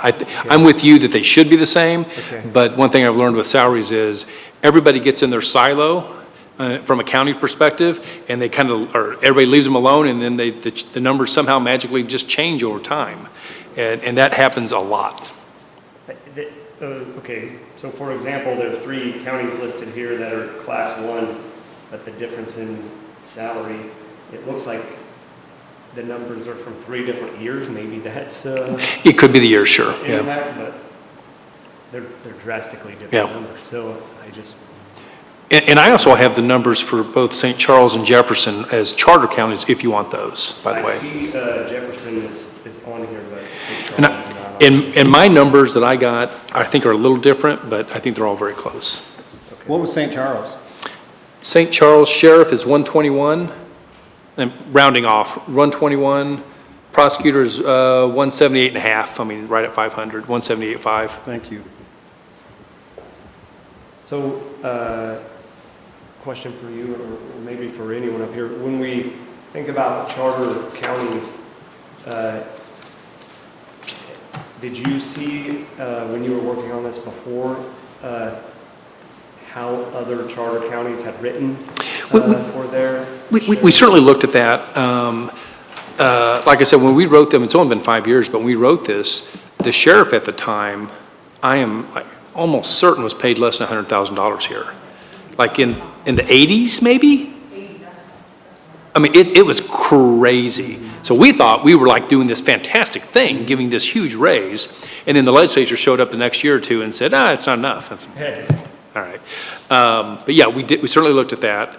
But we were focusing, again, at that time, the prosecutor, what was at that time tied to associate circuit judge, and we thought that was a really good way to do it because it ties them. We never have to have a salary fight over them.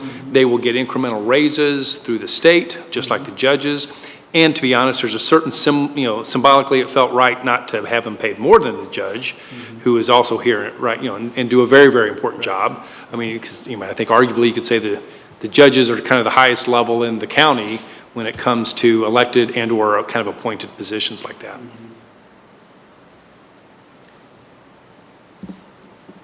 So if the 124.17 is 75% of the associate circuit judge, then according to the statute, the number would be like 130 or 131 or something at the 80%.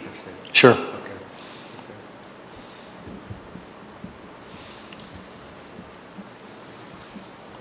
Any other comments from the commission? And can I give you 2 numbers, just so you have 2 numbers? At least my belief is, and these numbers always kind of change, it depends on exactly when, but the current associate circuit judge salary that I'm seeing is 164.6, is what I'm seeing. And the current circuit judge is 179. So I think those are probably two helpful numbers to have as well. So do you know why at the state statute level, they tie it to the associate circuit judge instead of a circuit judge? I don't, other than, no, I don't. I mean, I think the reason to tie them to numbers is, again, to try to simplify this process of salaries. Because, they were truly, these salary commissions, you were truly knife fights every 2 years. They were horrible and just mean. And to be honest, people wouldn't agree to pay people what they were worth. And so I really appreciate tying the numbers to something very specific, so you don't have that ongoing, every 2 years, kind of fight over what somebody should be paid.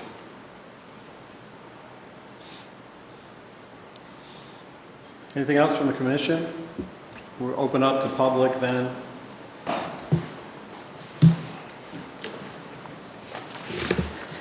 Jennifer Justice, citizen of Clay County. My concern was brought up by Mr. Goodwin here that the state did raise that, in fact. Natalie, my concern with, I guess, the language, which I know we're not quite approaching yet, if we ever were to get, and this has happened in Kansas City, an anti-police commission, what happens then? And again, I hope that this never happens. But I'd be remiss if I didn't tell you guys that there are some people that have come out a little bit against me for my stance on public safety. And that's shocking and it's hurtful, quite frankly, but I think it behooves me to tell you that that is out there. And as sad as that is, we need to consider that when we're looking at how we're setting the salaries. Should that be something that the commission here in Clay County then does in fact decide? Because Kevin's absolutely right. The knife fights that ensued with Gene and Luann and Jerry, I remember being the wife of a law enforcement officer in tears, sitting at the table across from them, fighting about these salaries because of what they were doing, just outright not being right. And so I guess I just have a little flashback of a commission that then literally took aim at our sheriff's department, and I don't think they were so much on the prosecutor, but they were definitely not on the same side as the sheriff, and for whatever reason, that then affected the way of the perception of the citizens in our county of our sheriff's department. And that's one thing I never want. I don't want the perception of law enforcement or police in general to be dismantled at all. Well, one thing that the commission could do is set minimum standards, as they come together. If they have the control of setting that salary, of those salaries, they could have a minimum that it cannot, can't go under. I don't know. They'll have to work that through. Yeah, I do also think of what Kevin said. The more words that we put in this, the harder it is to get across the ballot finish line. And when we were originally doing this Constitution, Kevin and I had the honor of 7 Democrats and 7 Republicans doing that. I publicized it on Zoom because at that time, it wasn't constitutionally required that we telecast all the meetings like we did now. So I telecasted those meetings on Zoom and paid for a professional membership. The height of those meetings was like 20 people. And we published them on, the county website. They were sunshineable, et cetera. And Victor Holbert, the auditor here, was the lone man that was on every single one that I can remember back from 2020. He was on every single meeting. He would ask me questions and converse with me at the meetings because it was during COVID. So you have to remember, people didn't want to come out. People didn't want to show up. And so this was the way that I felt like we could give every citizen in the county a way to participate in these meetings, was broadcasting it on Zoom, which we now, it's a second nature thing for us. But back then, Zoom was kind of revolutionary in 2020. But all that to say, I definitely want to make sure that our law enforcement in this county and our prosecutor and all of the things that go with that are top of mind, and that we insulate them and protect them from an anti-police commission. Thank you very much. Thank you. Yes, sir.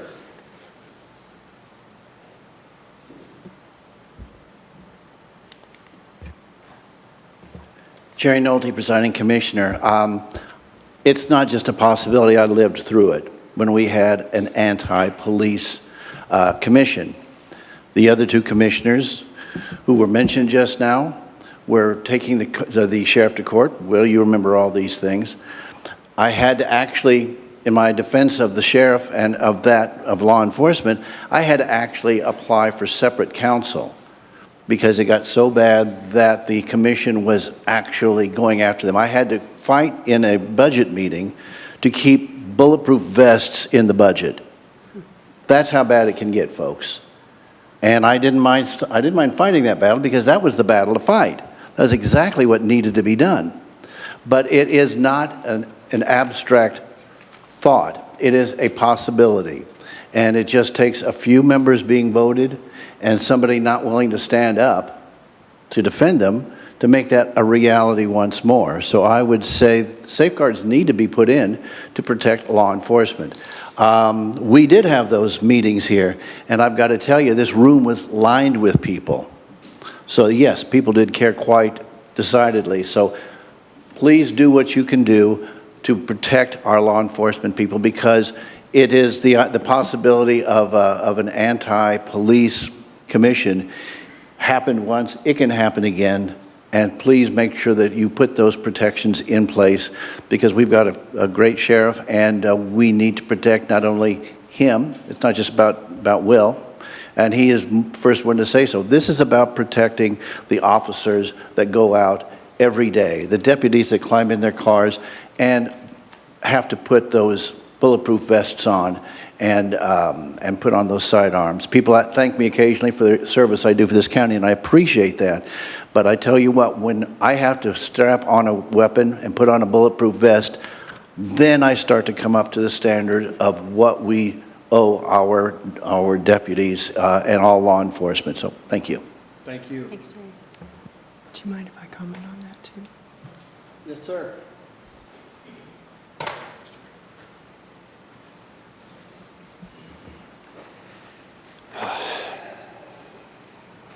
Will Aiken, Clay County Sheriff.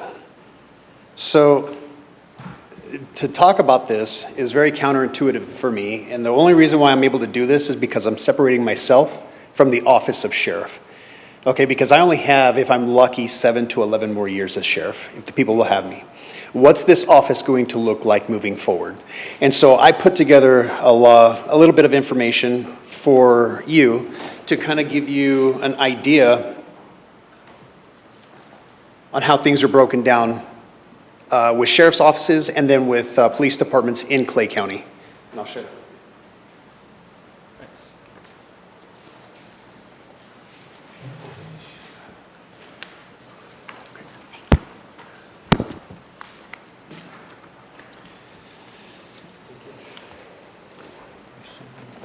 So this is just my thoughts. Included in that packet, oh, awesome. I was gonna try to do it by memory. I'm glad Bryant's not here. It worked out. So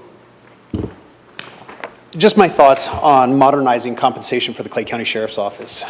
So I have some thoughts to put in here. What I also have is on that second page is a breakdown of the elected offices minus the county commissioners.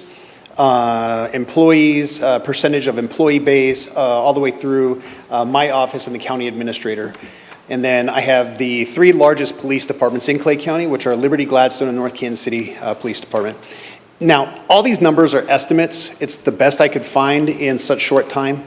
And at no time am I trying to say that the sheriff's office is more important than any other office, okay? I'm just trying to give context here. And then, let's see, the next page. Achievements that the sheriff's office has achieved in the last 5.5 years. And then my resume, to kind of give you an idea of the level of hopefully future sheriffs that we'll have. Now, we already know that we can't change the eligibility standards because it's an elected office. Now, we can change certain things that are required to report out to the commission and to the people, and perhaps we can do that later. Now, let's go back a little bit. The sheriff's office, prior to me with Sheriff Paul Vescovo, as Commissioner Nolte said, we had to fight for vests. And I remember the number. It was $50,000. And the other two commissioners at the time thought that playing games was good at that time, and they said, nope, we're not going to give the sheriff's office that money. They're going to have to find it somewhere else in their budget. Okay, so we got through that, thanks to Jerry Nolte. I mean, really was leading the fight in that. But it got so bad to where the sheriff's office had to sue the county commission, to include Commissioner Nolte, but because they weren't working with him, the other two commissioners, he had to get his own counsel. Now, we won. And there's case law, it's Vescovo versus Clay County. And I can't tell you how many times I've been called by other sheriffs around the country asking me for context on why we have this case law set. Because they have the same issues, they're dealing with the same issues that we dealt with almost 10 years ago. It still happens. And the reason why I bring this up for historical context is because as much as I love the language that Natalie shared, there has to be a minimum, okay? And to Mr. Godwin's point, yes, 75%, man, I have to give props to Kevin because I think that was his idea. That was his brainchild. I was willing to take a $9,000 pay cut to go from being a captain with the Clay County Sheriff's Office to be the sheriff. The sheriff made $9,000 less than me. Okay, I was willing to do that. But what Kevin didn't realize is I was on part of the team with the Missouri Sheriff's Association working on legislation to get 80% for the first-class counties. I just wasn't in a position to talk with the county council at the time, and times were just different back then. But nonetheless, 75%, even though I'm the lowest paid first-class county sheriff in the state of Missouri, that was still a massive jump from where we were. So I still thank him for doing that. I didn't have to take a $9,000 pay cut. So for context, that's where we have. St. Charles, real quick, because we mentioned St. Charles, he gets paid $121,000, but all he does is civil process. St. Charles is made up of a co-op of police departments, and they work countywide. The sheriff himself only has civil process, but he gets paid $121,000, and that's what their charter has decided. Okay, so now let's bring it back to Clay County. We have to have a base. If it's 80%, so be it. I think there needs to be flexibility for the county commissioners to decide based off of knowledge, skills, abilities, experience, education, to Don's point, incentivize, or actually compensate, because yes, I already have a doctorate. I've been to the FBI National Academy. I've been to the Senior Management Institute of Police. I've been to Harvard Kennedy School's senior executives in state and local government, just like Scott has. And I'm already there. That's where the incentive piece comes in. The compensation piece to recognize those efforts already, because I feel like everything that I do makes this county better. The best version of myself makes me the best version of the sheriff. Now, what happens when someone comes in that doesn't have a master's degree or a bachelor's degree, let alone a doctorate, okay, or any of those executive level schools? I mean, Northwestern, I didn't mention Northwestern because even though I haven't gone to Northwestern University's Staff and Police Command, I teach for Northwestern in their executive management program, okay? But if somebody comes in the future that doesn't have the background that I have, then that's where the incentivization comes in. So when they do get a bachelor's degree, let's incentivize that, because we want people to continue their education. Because once your basic high school education, 700 police hour academy, and maybe 5 years of experience comes in, if there's no incentivizing them becoming the best version of themselves, we're going to continue to have what we get. This is just another way that I'm asking for the future of the sheriff's office this is how we can build it out. But I think it's imperative that we have a base number, because we have dealt with a terrible commission in the past. And if we tie it to the county administrator, then what will happen when the county commission hates the sheriff so much that they dock his pay $75,000, and then it's $10,000 below that. Now, that sounds pretty outrageous, but let's talk about ballistic vests. They didn't want to approve that. That's pretty asinine, if you ask me. I mean, we go out there and we serve not just the unincorporated county, part of the county, but we also help out all the other municipalities as well. So it's not that we're just working out, getting cattle back in their fences, or the llamas, or, everything else out there. No, we're down in the bad areas where Kansas City Police Department, when they're blacked out, we're responding, through mutual aid. So we have to have a base. And I don't think it necessarily needs to be tied to the judicial branch. Okay, again, working on the 80% with the Missouri Sheriff's Association, the reason why we did that at the state level is because it was the easiest thing to do. There was a lot of opposition to increase the sheriff's salaries, and a lot of it, unfortunately, came through the Missouri Association of Commissioners. Even after we got that legislation passed, there are still sheriffs in the state of Missouri that their commissioners refuse to pay them the rate that is now set by statute. Now, what's their recourse? Well, they can sue their commissioners. But when you're talking about a third-class county or a very poor first-class county, even though they have the population, they can't afford to go out and get their own counsel. So they're just stuck with it. So that's why I think it's imperative to have it tied to a base, not necessarily to the county administrator, not necessarily to any judge. And the reason why I say the judge is because, yes, even though the prosecutor for years, the prosecutor's office has always been tied to the associate circuit judge. That was easy for the Sheriff's Association to say, look, that's a model that's tried and true. Let's just do that. And we got past all the opposition and we got the legislation passed. But now we're beyond that. We're in a position now that Clay County has a charter committee. And you get to decide what's going to go on the ballot for the people to vote for. And I've already heard it, with previous conversation that the people ultimately vote for what goes in. If they don't like it, then they don't like it. They'll vote it down. But if they like it, then they'll vote for it.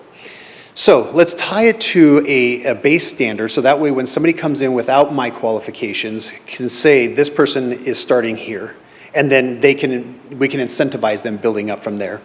But going back to the judge, I know I'm kind of bouncing around a little bit, but I've got a lot of thoughts in my head. The reason why it, in my opinion, shouldn't be tied to the judge is because that's the judicial branch. Okay, I'm the executive branch. And even though that worked for the prosecutor, even though he's not part of the judicial branch, he's a part of the executive branch, right? He's quasi. He works in the courthouse. Hybrid. There are other ways to do it. There are other ways to do it. Now, if you look at the sheet with the compensation for the police chiefs, and look at the size of their agencies, and I didn't put square miles down, but I mean, we're talking 9 square miles to 30 square miles for those cities. Clay County is 410 square miles. And by statute and constitution, I'm the chief executive officer of this county. So when a police department goes defunct, like Randolph, Mosby, Avondale, Birmingham, who takes over? The sheriff's office does. And heaven forbid anything were to happen to any of the other police departments like Liberty, Excelsior, Smithville, and they had to shut their police department down, who picks up the slack? The sheriff's office. So we go across the county. And then what happens when something goes off downtown Kansas City? There's a standing arrangement with the Kansas City Police Department that they take all their resources south, and then Platte County and Clay County take care of Shoal Creek and North Patrol. And we've already got this built out. So it's not just 230 square miles of unincorporated area that the sheriff's office patrols. Unlike the St. Charles County Sheriff who does civil process, I do, by statute, going back to statute, the requirements for sheriff is I have to provide court security, civil process, I have to maintain a jail, and because we are a first-class county, I have to patrol all county roads. That's minimum. Is that if that's all I had to do, I wouldn't be spending $1.5 to $2 million in overtime every year. That's not in budget. Now, we find the money, working with the county administrator, we balance that out. But if all I had to do was work in 230 square miles of unincorporated county, I would have plenty of people to do that. You see where I'm going with this? So with that, there's just still so much more information in my mind, but I feel like I'm rambling now. So I know Mr. Godwin probably has questions as well as the other committee members. I do indeed have questions. So having been a sheriff now for some time and so likely to know other charter counties, have you seen other charter counties tie the base to anything else? And then in conjunction with that question, I guess being on that committee you were on for the state, did you guys discuss it being tied to anything else? Meaning, do you know of options that have been considered that are not, judicial or? Yeah, great question. So the way I would answer that is the other charter counties have been charter counties for decades. We're the youngest charter form of government. And so they've had several charter reviews to change the way they're tied. But now, like Jackson County, for example, I think the county legislators can decide how much the sheriff of Jackson County gets paid. They just make a decision. I think that's how they do that. St. Charles, same way. They just decide this is what the sheriff's going to get paid. I think we are in a position to where we can actually break that mold and say, hey, look, as a standard, this is what charter counties should look at and follow. And so that's kind of where we're at. But to answer the other part of your question, no. Even with the Missouri Sheriff's Association, 5, 6. Well, we started 8 years ago trying to work on the sheriff's salaries. And I wasn't even a sheriff. I was advocating for my sheriff at the time, Paul Vescovo. And, working with our lobbyists and working with legislators, there was just so much opposition to it that we had to just finally say, listen, let's just do what the prosecutors are doing, tie it to the judge at X amount percent, because not every sheriff is 80% in the state. First-class county sheriffs are 80%, and then it goes down. I think you probably saw that for second, fourth-class counties, and then third-class counties. I thought first and second were 80%, and then it changed, but yeah. Okay, that might be right. I think there's only 2 second-class counties, though. Okay. Yeah, it's really weird how they break that down. I know we have 89 third-class counties, 17 first-class counties, 5 first-class charter form of government, and then 6 or 7 second and fourth-class counties. So no, we just wanted to get it passed because we started gaining momentum, but then there were other things coming up in the legislature that we were just like, we just have to get something done now. And then years later, we can work on it again if we want to fix it. Yeah, because I guess from the little bit of research I did, I found that Jefferson County, I guess being a charter county, correct? Yes. They still have it tied to the judge, but it's not at a percentage. It's simply equal to that of the prosecutor, right? That's why the number here is like 166 or right around that. And then in the research, I also found that in Boone County, even though it's a class 1, right, that the salary of the sheriff stuck out, but I guess that's because that sheriff made above what the calculation was at the time. And I most recently read that the county tried to include something to keep this person separate, but the Supreme Court in Missouri overruled that, and so I think this isn't the salary of that sheriff any longer. It's now down to the calculation of 80%. So that's why I was wondering, have we seen it tied to different? Because everything seems to always head back to the judicial branch. It's because it was the path of least resistance is what it boils down to. Boone County, these numbers again that I have are all estimates. I do remember the case of the sheriff, and the county commission wanted to give him more, but they had to move it.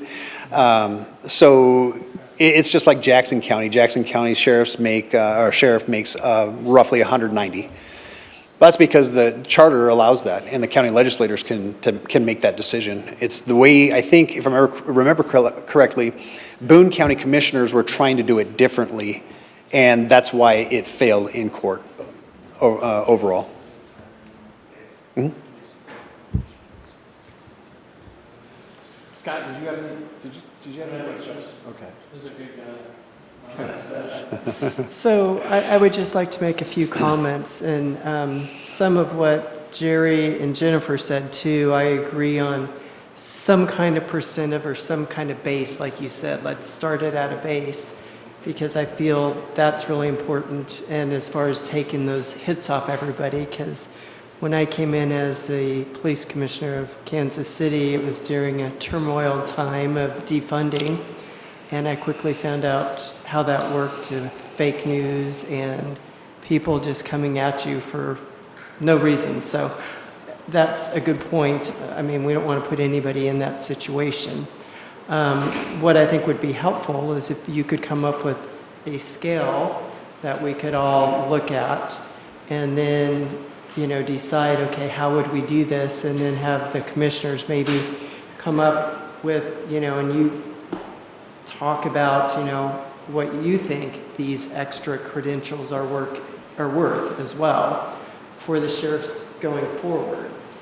And then we start, like you said, we start the standard for the next sheriff Yeah, I think, election.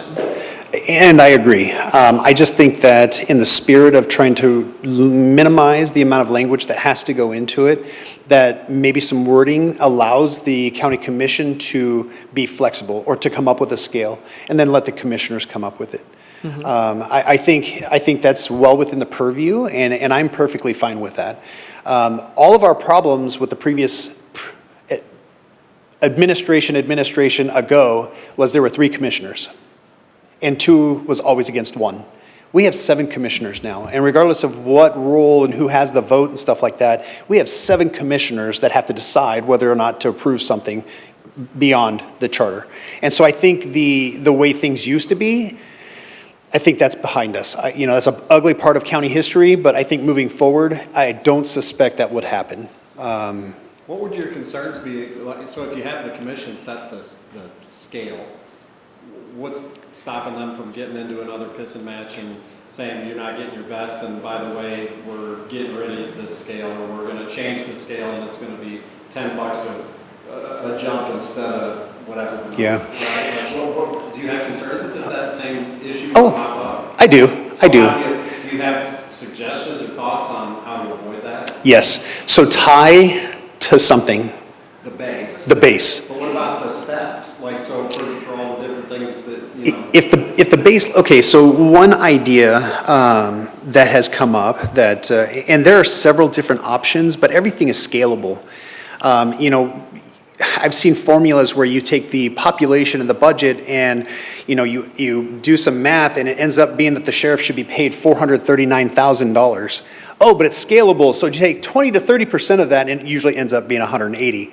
So everything that I've seen so far has always been scaled down to a certain number, and all those formulas that I've looked at, it goes back to about 180 to 190 is for the sheriff's base salary. Because of scope of work, budget, employees, and, you know, the responsibility. So you tie that amount to something, and, you know, Kevin gave the circuit judge is 179. I wouldn't be opposed to that.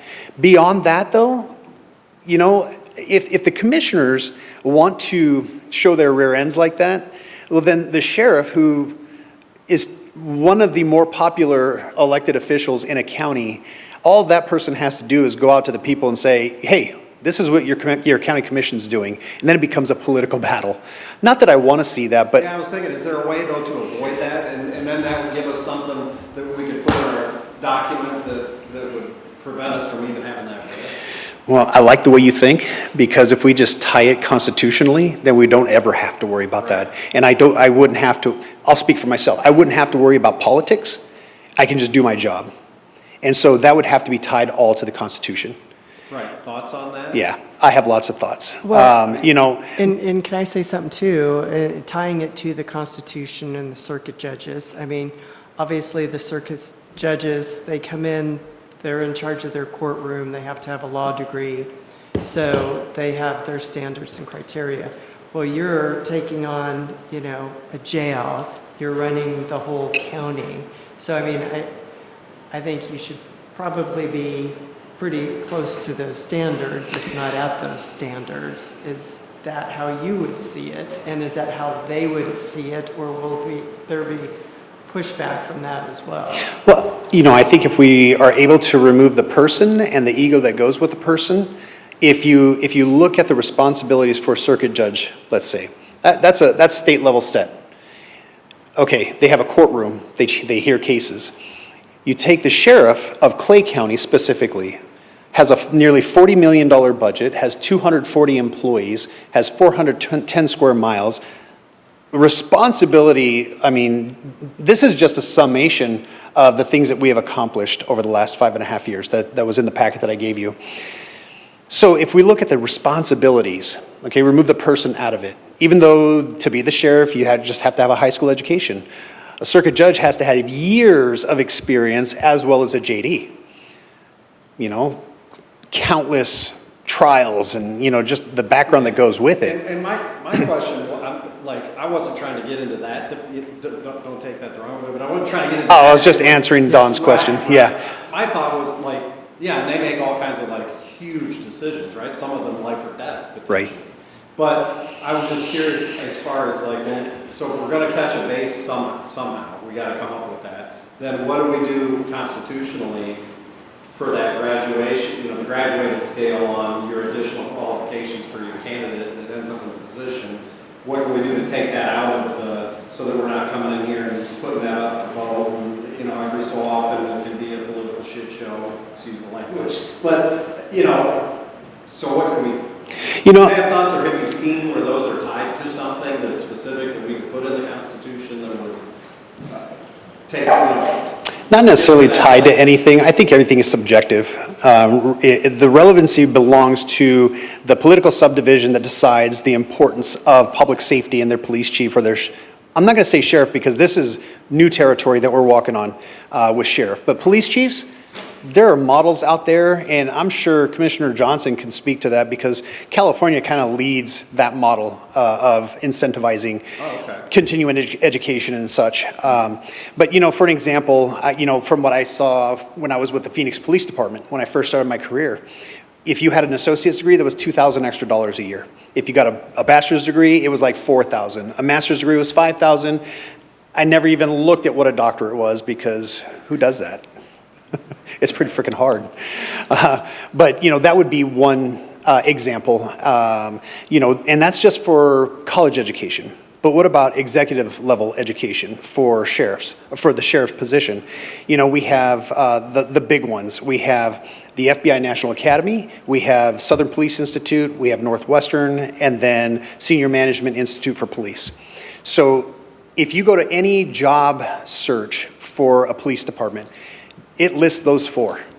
Almost, I'm like 99.9% sure you're gonna see those four in there. Now, there are other command colleges and such, but in order to go to the FBI National Academy, less than 1% of all law enforcement gets to go to that course. You have to wait years. I waited 3 years and I was finally selected. Some people wait sometimes 7 years to get accepted to the FBI National Academy. That's why I'm so involved in the FBI National Academy Associates in our field office, because I want that same opportunity for my deputies to go, but you have to remain active in the association. So that's really hard. So for anyone to get that, that should be recognized. Northwestern, yeah, it's a 10-week course. I'm not going to say it's easy. You have to do stats and research and stuff like that. But if you get selected for that, if your organization allows you to go to that course, that should be incentivized as well. Senior Management Institute for Police, you have to have a minimum of a bachelor's degree to even attend. And there are only 200 people a year selected for that. 200 people a year. So are those things you're talking about, I'm not so familiar with them, but are they then paid for by the individual, or they're funded by for example, here, Clay County? Yeah, so the FBI National Academy is all paid for by the FBI, actually the field office in Kansas City for us. Senior Management Institute, well, let's see, the other three are budget.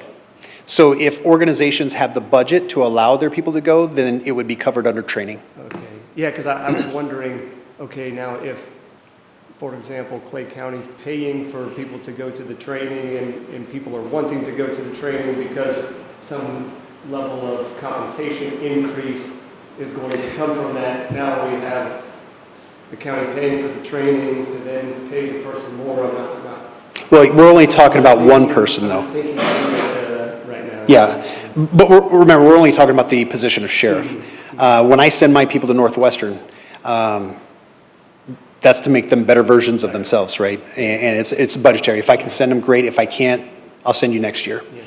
Yeah. But yeah, just for the position of sheriff is what we're talking about. So just incentivizing those, and then, yeah, I mean, that's pretty much it. I can come up with something. I can do some more research. There's a lot of information through the Police Executive Research Forum and the International Association of Chiefs of Police for compensation for police chiefs. And they have information on sheriffs as well across the country. I can very easily get that and provide it to the committee. That'd be great. Okay. Any other questions for the sheriff?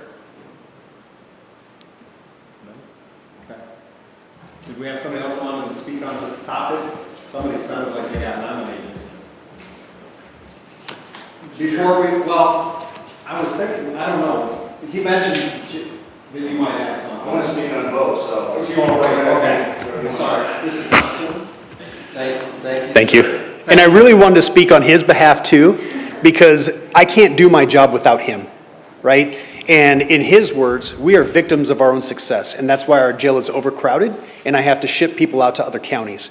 And so, great team player right here. Thank you, Sheriff. My name is Zach Thompson. I'm the Clay County Prosecutor. Thank you for your service to the county. Good evening. My role here, the way I view it, is to provide you with information so you can make the best decision. So I'd like to talk a little bit about what the Clay County Prosecutor's Office does. There's 55 employees in the Prosecutor's Office, 18 of which are attorneys. We prosecute all state law violations that come from the Clay County Sheriff's Office and the Missouri State Highway Patrol and the Kansas City Police Department in Clay County and every single other municipality in Clay County. Every state law violation that occurs, we handle that within our office. That averages to about 500 or 600 cases a month, including approximately 33 defendants that we were prosecuting for murder. Something that doesn't get a lot of attention in our office, but I think it should, is our work when it comes to non-support. We are one of only 2 level A non-support offices in the state. What that means is that we are a one-stop shop when it comes to the paternity establishment, orders of support establishment, and enforcement of those. We are the only office in the state that can and will appear in every single federal court too. So in addition to our state law obligations, we appear in federal court in the non-support context. We collect $18 million on average each and every year for non-support, right? And we do that on a budget for the non-support side of our office of a little bit more than $1.5 million. That $1.5 million is almost entirely reimbursed through the state of Missouri. Clay County taxpayers aren't subjected to that burden. That comes from grants from the state. We handle about 5,000 or 6,000 non-support cases every single month. In addition to that, we are honored to serve in the treatment courts that exist in Clay County. We've got a DWI court, we've got a veterans court, we've got a mental health court, a drug court, and we also have a domestic violence court. We handle all Department of Revenue refusal cases. Those are the cases where when you get pulled over and the officer asks you to submit to a breathalyzer test because there's probable cause to believe you're intoxicated and your license gets revoked because you don't, our office handles every single one of those cases, regardless of the agency it came from. We handle post-conviction relief motions. Those are like appeals at the trial court level. We handle CAFA forfeiture actions. Those are the cases where you seize the drug dealer's speedboat and the cash and things like that. We handle the planning and zoning actions that happen outside of municipalities in Clay County. We handle search warrants and phone orders for every single law enforcement agency in Clay County. We assist in obtaining investigative subpoenas for the sheriff's office and all the other investigative agencies as well. It's our obligation to appear on the county's behalf in expungement actions when someone wants to get their criminal history expunged. We also have, since I became the prosecutor, worked on our crime prevention efforts. We have something called the CEASE Initiative, where we educate folks about the most common types of scams and how to protect against them. We represent the prosecutor's office in the county when it comes to folks trying to get off the sex offender registry. We handle juvenile certification requests. We are an independent agency of the county, so we have our own sunshine policy and our custodial records where we respond to sunshine requests. We do police use of force reviews, think about officer-involved shootings and determination of whether or not the shooting was lawful or not. We handle misdemeanor appeals, so when someone gets convicted of a misdemeanor and they want to appeal it to the Court of Appeals, we handle those. We still handle what little passing bad check cases that exist for anybody who still uses a check. We also collect money, restitution on criminal cases that we collect and then pass through to the victims of crimes. Missouri statute prohibits the prosecutor from doing other legal work besides being the prosecutor, right? It is, in addition to all the things I mentioned, the law says it is a full-time job. I act only as the Clay County prosecutor. With that, I am happy to answer any questions that anybody might have. Sir. I do have a couple questions, so thanks for sharing that. I was wondering as you were going through that list, and just want to make sure I caught it correctly. So the things that you take care of, what was it? There's two things that are different than other counties of our size and things like that, or are there other things, you know, were the majority of those things that like prosecutor in every county is taking care of? Well, so no prosecutor's office in Clay County or in Missouri handles the non-support federal bankruptcy actions. Okay. Right, that is unique to our office. There's another class or level A non-support office in Missouri. They handle federal stuff on the eastern side of the state only, right? So we do the western side of the state and every other state in the union. And why is that Clay County is different?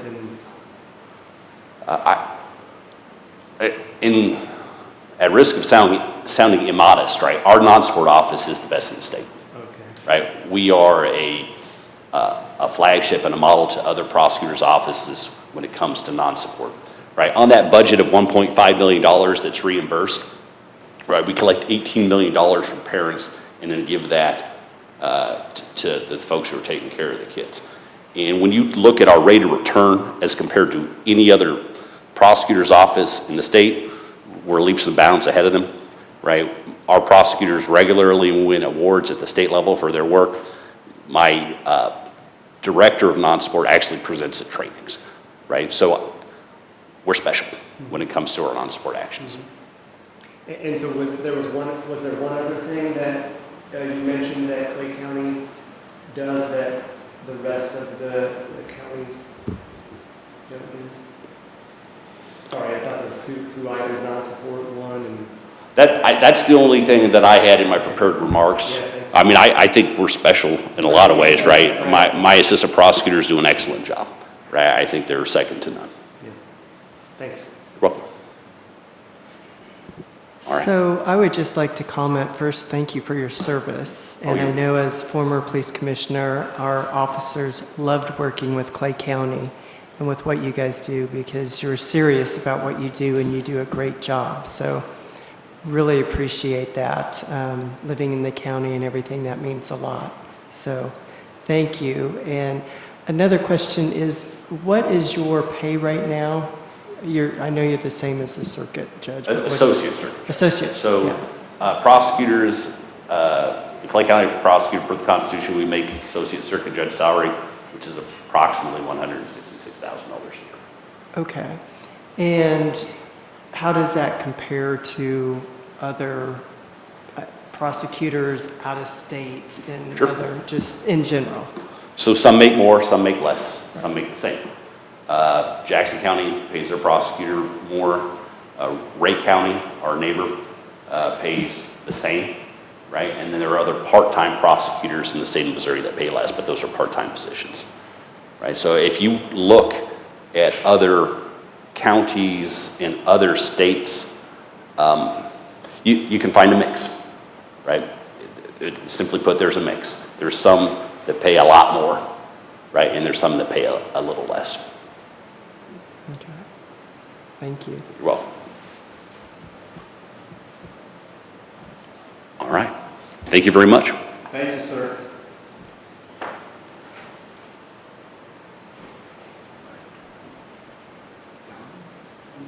We need to take a break. We're going to take a break and we'll be back in 5.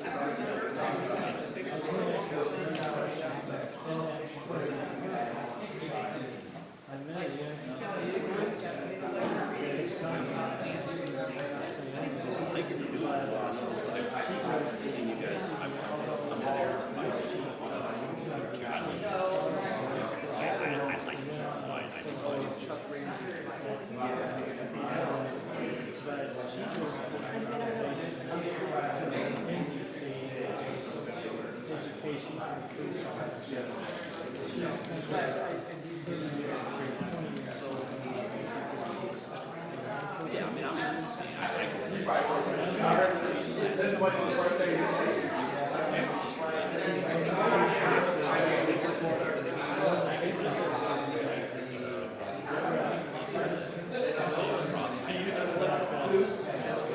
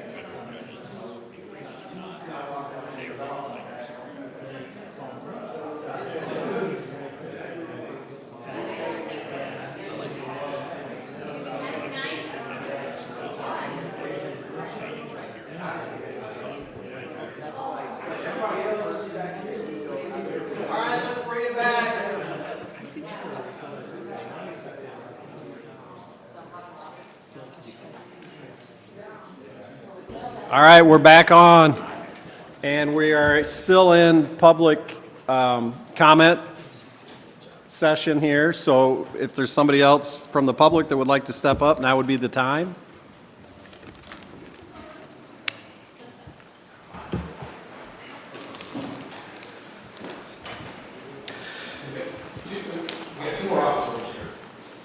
Did you guys want to talk? Okay, all right.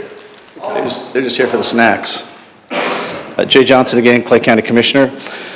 So this particular section of the Constitution, 4.06, is probably the one that's most important to me in the sense that I really think this needs to be addressed. And no offense to those who were involved before and designed this, but I think we're grown past it. I think it's time to fix this. So the way that's set up now, we have, besides the commission, we have 4 elected officials in this county. We got the prosecutor, the sheriff, the auditor, and the assessor. All 4 of them are here today. We have those 4. The way this Constitution, the current Constitution is set up, is 2 of them, the auditor and assessor, we control their salaries. We basically set their salaries, we can give them cost of living adjustments, and quite frankly, lately, the last 3 years, I think, our cost of living adjustments have been more than just the what's the term I'm looking for? Inflation. More than inflation. So the COLA we give is just more than inflation, actually. Because we're trying to get our employees up to where they should be. They're underpaid, bottom line. We could not give that to the prosecutor or the sheriff. We can't do anything with their salaries. And so why there's a discrepancy of 2 of the electeds we can and 2 of the other ones we can't control, I think is a problem in itself, number 1. Number 2, the 2 that we can't control, they're tied to something outside of our county.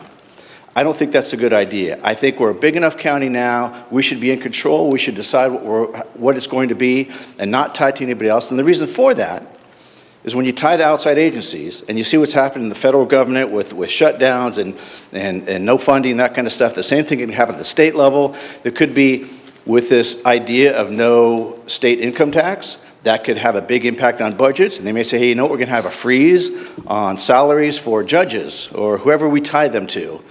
And so, again, we wouldn't be able to touch their salaries, yet continue to give increases and set the salaries for it. So I think that's just a problem. I think we're too big of a county to tie them into somebody else. I think it should all be in-house. We should control it 100%. I want to talk about Section A first in 4.06, and that has to do with the prosecutor's salary. So our prosecutor manages an office of, I think it's 58 employees, something like that, 58 employees and about 18 attorneys. Imagine having a law firm. Your name is on that firm, it's your firm, and you have 58 employees. Imagine what that salary would be like. I watch Suits. You guys ever binge watch Suits, the show? I'll tell you what. I think it's a $500,000 buy-in just to get your name on there. But anyways, we don't compare to the private sector, and we can't compare government to the private sector. But there has to be a little bit more of some kind of equity there. Oftentimes, we see it all the time, and I think our prosecutor will tell us, the prosecutor's office is oftentimes used as a training ground where you get attorneys in, younger attorneys, you train them up, and they go on to bigger and better places that pay more money. Actually, I know our chair here, Anthony, used to work for the prosecutor's office for quite many years. I mean, more than one prosecutor's office, so you know more than anybody, you know. And if you cap off the prosecutor at his pay, that trickles down to our assistant or deputy prosecutors, associate prosecutors. What do we call them? Associate prosecutors? Deputy prosecutors. Assistant prosecutors. And it was close. That trickles down to the assistant prosecutors. And you have people leave, and you have, and I'll be honest, most of our prosecutors we've seen in the past, they go on to be either judges or to other jobs because, number one, it pays more. And you go be a judge, okay, you can be responsible for 58 people, you can go be a judge and be responsible for none and get paid more. There has to be something that's going to incentivize them, and not only incentivize, but pay what they're worth. I think that's important. Right now, you know, I'm a police chief. I'm going to talk more about that later. I was a police chief for many years. I retired, been retired for 10 years, just got called back to be an interim police chief, just for a short time at a local university. I don't have a doctorate like our sheriff or our prosecutor does, but I make $60,000 more than the sheriff does and $40,000 more than our prosecutor does. That's crazy. That's crazy. And I've got 30-something employees. That's crazy. It's just not fair. So with the prosecutor's office, I think, and I haven't talked about the caseload that our prosecutor's office handles. I mean, you talk about a caseload of someone in the private sector. I don't think you'll find, except for the public defender's office, I don't think there's anybody else that's going to compare to our prosecutor's office about the caseload of the prosecutor. And you see it across the nation. I've seen it, where prosecutors, they have to triage cases and say, you know what?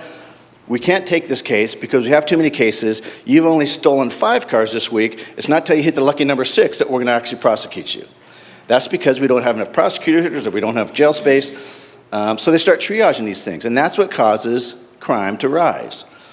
And so what we don't want to get to that point where we have to triage that level. We say, you know, well, it was a burglary, but it was less than $20,000 that they took out of your house, so we're not going to prosecute. There are agencies that are doing that right now because of that.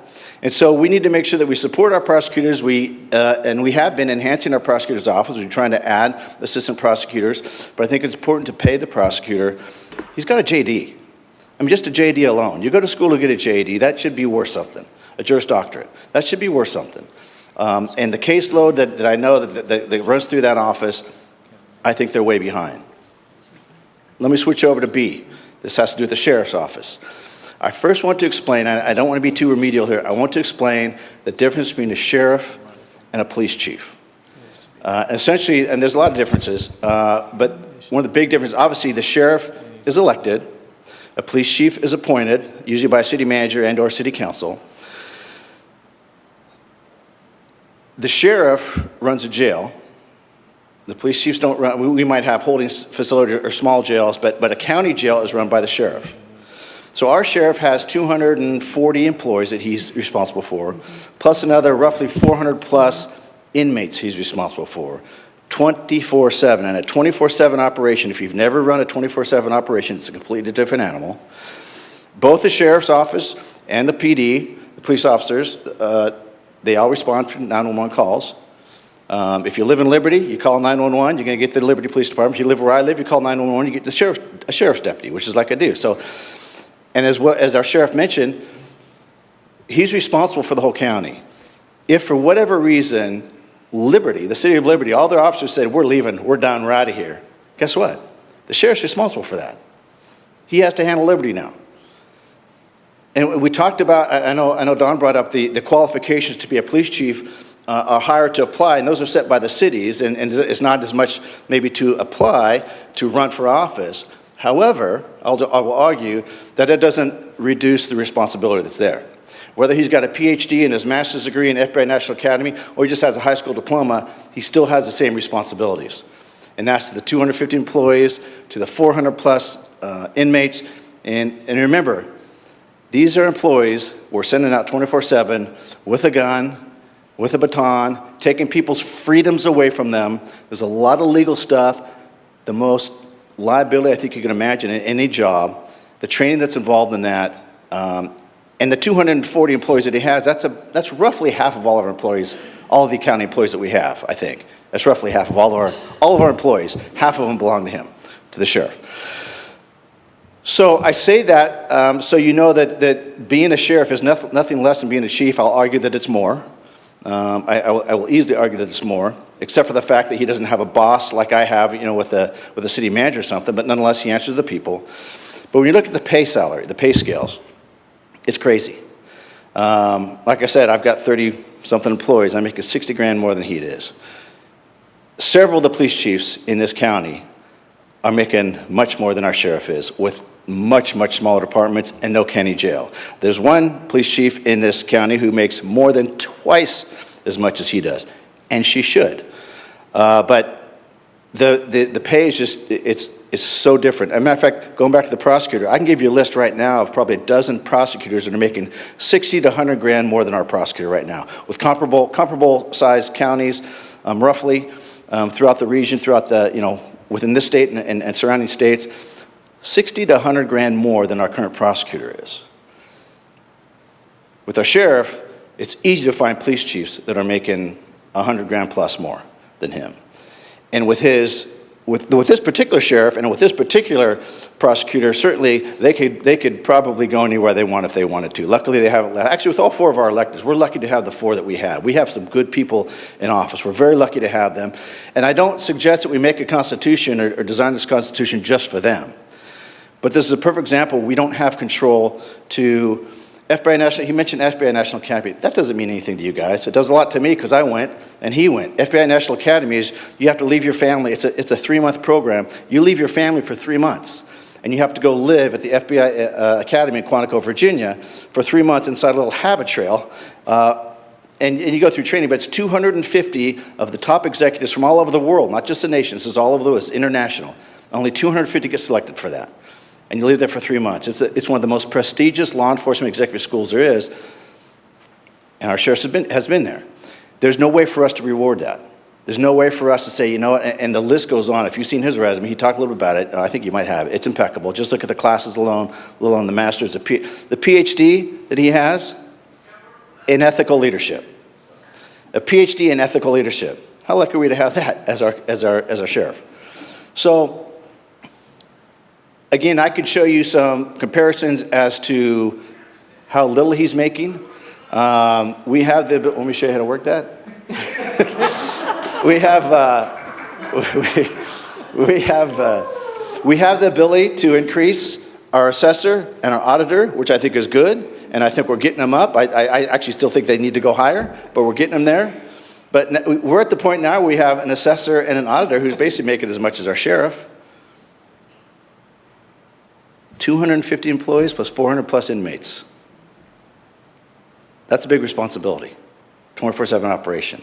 And so with Natalie's idea, and I've talked with Natalie about this, of course, Natalie's idea of eliminating those first 2, A and B, and basically what she's saying is making it just like we have for the other auditor assessor, but the fear of having a commission that's going to come in and not like the sheriff or not like the prosecutor and maybe do something negative to the salary. 2 things regarding that. First of all, I think we have checks and balances in place now. Since the last Constitution, we no longer have 3 people on the commission. We have 7. That makes a big difference. It's going to be a lot harder for 7 people to be as, what some people think is corrupt, as the 3 commissioners were. But nonetheless, that in itself has a checks and balance in it. Natalie's thoughts, which I agree because I've talked with her about it, is tying that, giving them a base salary, and I don't suggest that you guys set a salary for these folks at all.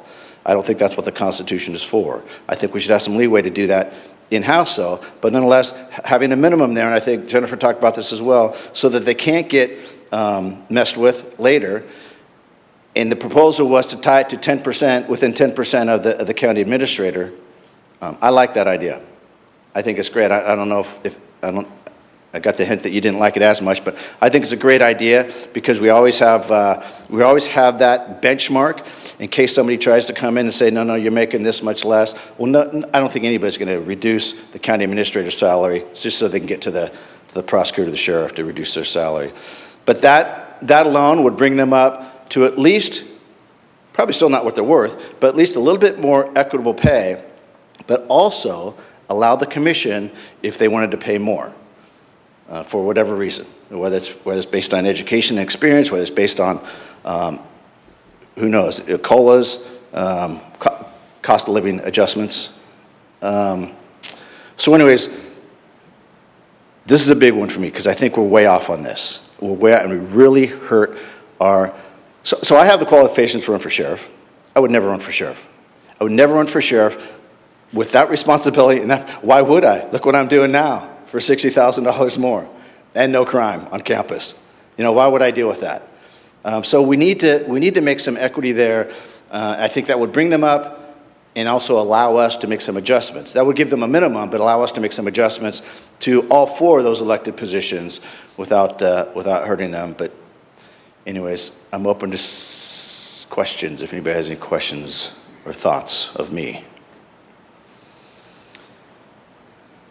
Just out of curiosity, Damien, what are you making? I was looking at our pay steps. So we have a step plan. I was trying to look it up to give you guys something that we didn't give you. We probably could have gave you the step plans, which shows you what steps. But when I came aboard in June, they instituted their their compensation plan, and which includes steps and certain steps. And then when it comes to the sheriff department, it's less amount of steps to get to the top than it is when it comes to just a typical employee. So I was trying to find that out just to kind of give some credence to what the salaries are, to kind of give a better idea. Kind of tying back to what you're talking about, like how you tie back those amounts. Because part of it, like, you know, when you say 10%, our steps are so many per item. So we try to tie a lot of things to the steps. So that's what I was looking for to kind of get more credence. And So that was a commercial that says, come work for us. So that, it wasn't anything else, but I couldn't find the step plan on our website. What are you making? I make 210 is what they put in. But 210, that would put these guys up at 189, if they're within 10%. 189 would be the base, and it'd give the commission the ability to increase COLAs if they needed to, or as we do with everybody along the way. I would add something to that your administrators are also done by employee agreement. Right. So that can be, your compensations might not be all salary. Right. I can tell you, negotiating with them, I took some things out that probably others would not. Typically, you tie other things like vehicles, mileage, your retirement, things like that. So it's not, when I negotiated, we talked about just strictly just looking at what the salary would be in order. But it's typically a We took him compensation for everything plan. we could. He could be making 300,000, he just didn't ask. Yeah, pretty much, pretty much. So, but We got just a to kind deal. of give you an idea of that, you know, so that. You're not helping my negotiation next time. Not at all. No, we got a deal, but that's. Let me turn that's- my phone off.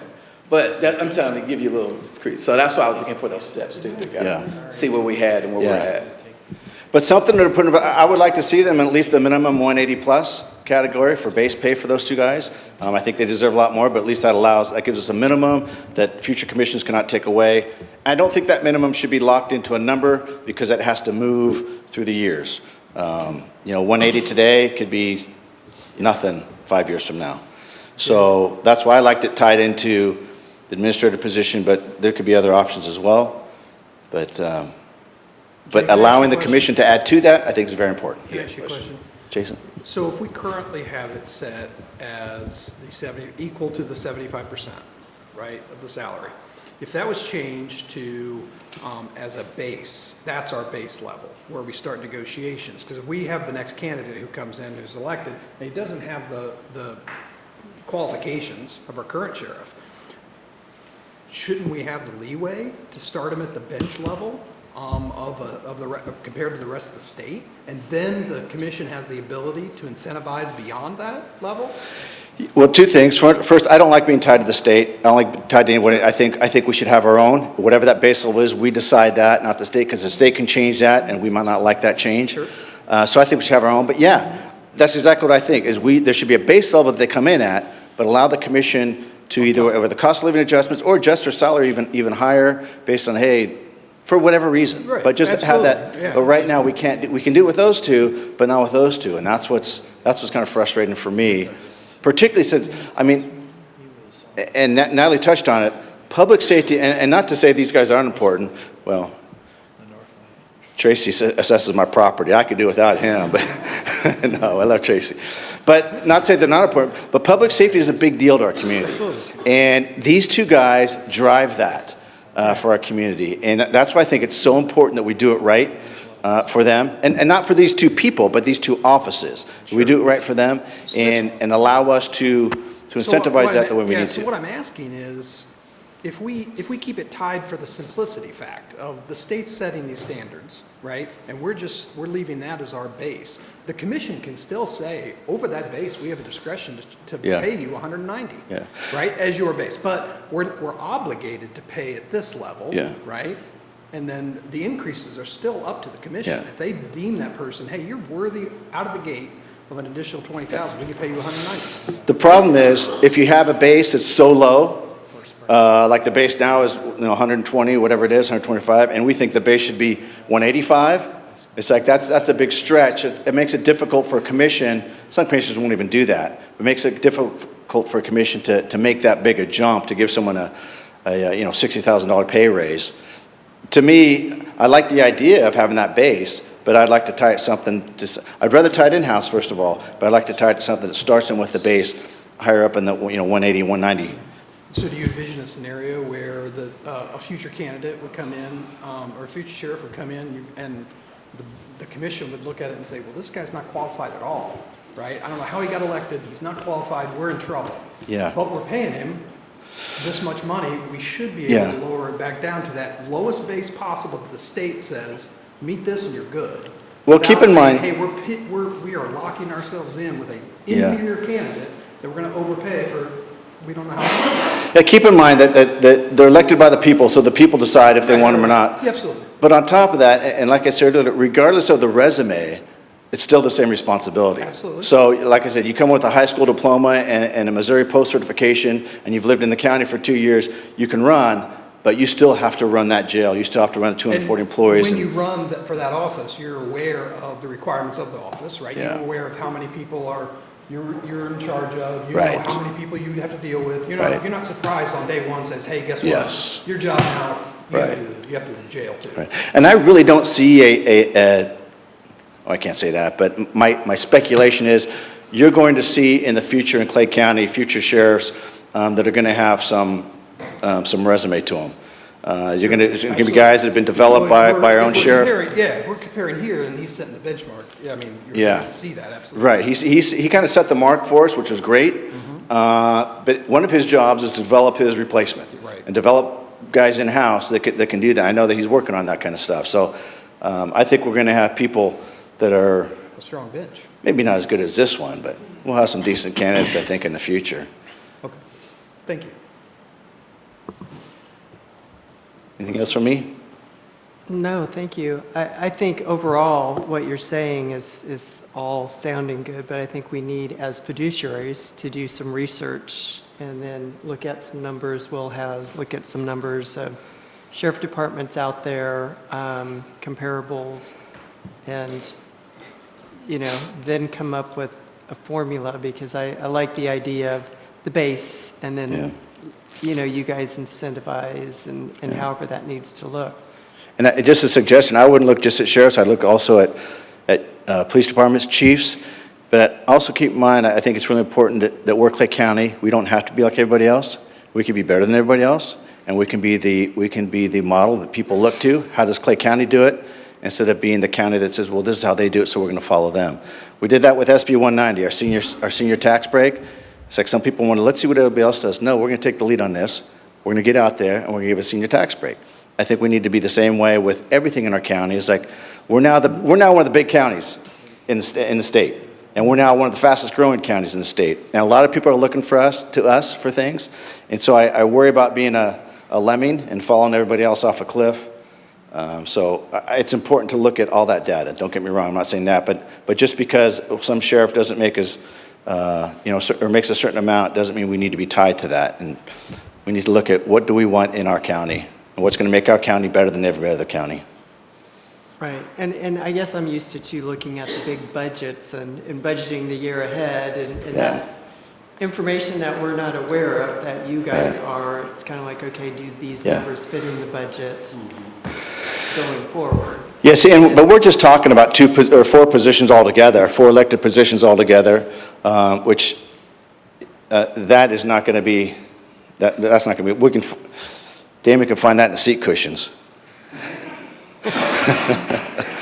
That won't be a big impact on the budget. What will happen is when we try and trickle things down to all of our assistant prosecutors or our deputies and try and bring them up to where they should be, that's when we really start looking at, okay, how are we going to afford this kind of thing? But for just our elected positions who are way underpaid, particularly those 2, as far as budget, I could tell you right now, it's not a concern at all for getting them where they should be, budget-wise. Great, thank you. Yeah. Come on up.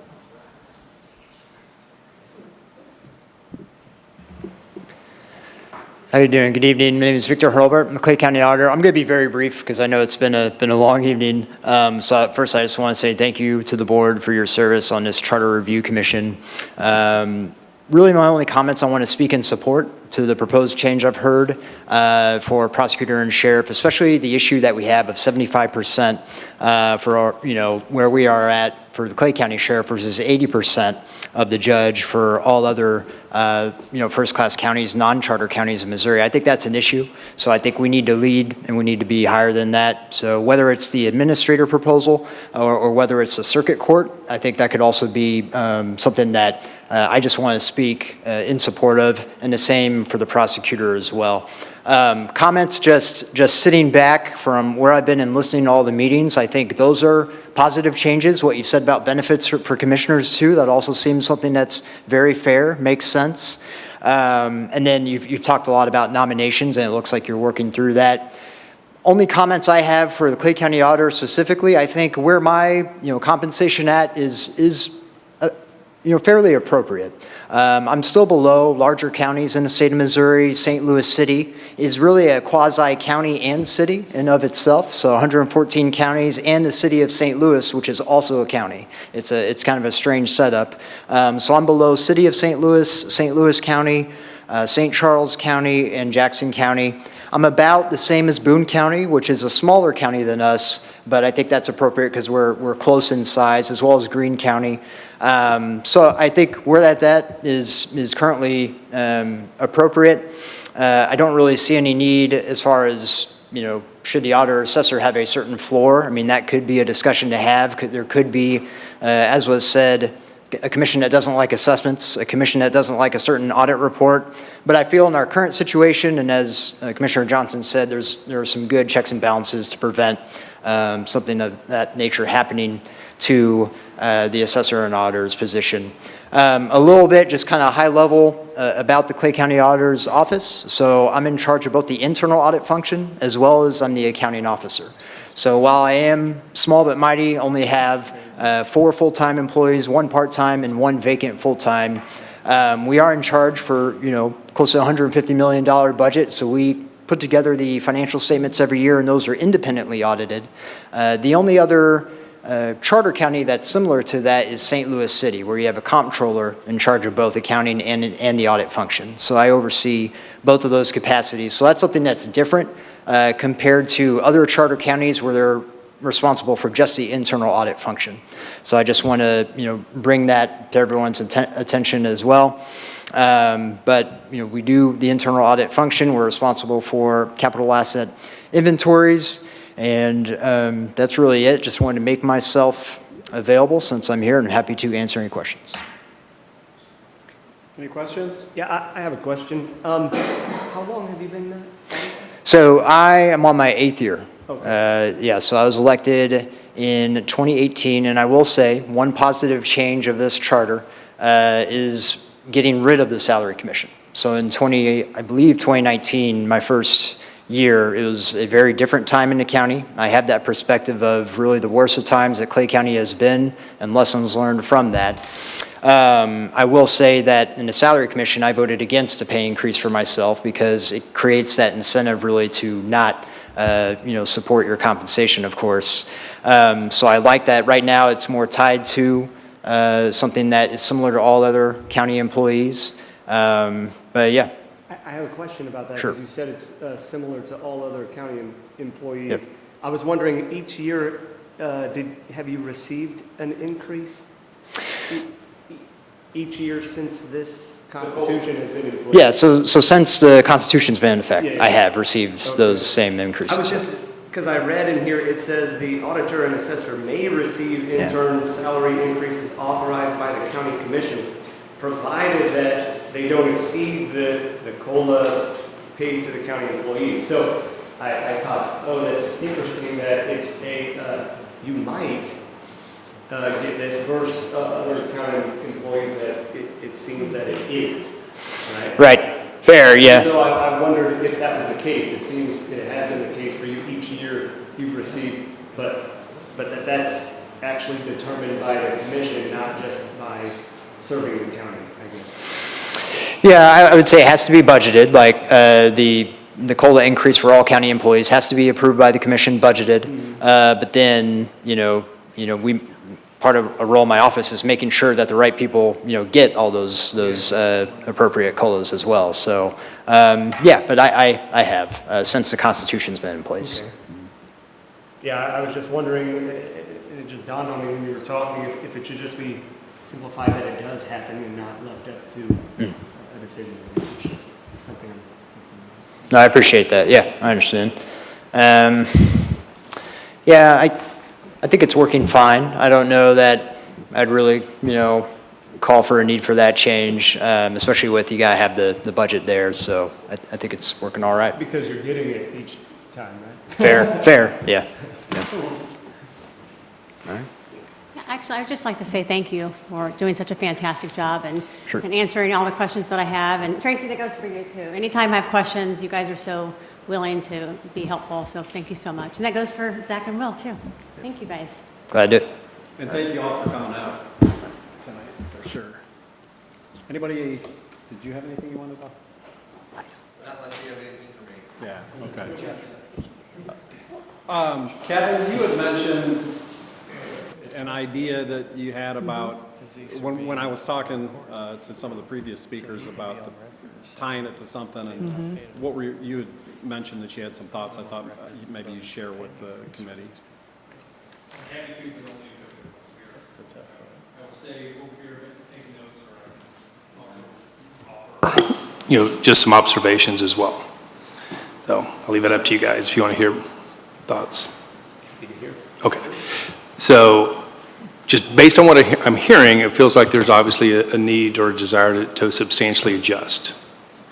I think I'm hearing that you want to kind of maybe equalize the two offices. I'm not certain about that one, but I think that's obviously the first question is, do you want to equalize the two offices? And of course, now I'm directing only to sheriff and prosecutor. I heard everybody speak, and I agree with everybody, including commissioners and the sheriff and the prosecutor, and I probably slightly disagree with some as well. I do think that tying it to the judges is the cleanest way to do it. I think tying it to the county administrator, the one obvious problem I see is what happens when Damon, after a great run here, leaves, retires.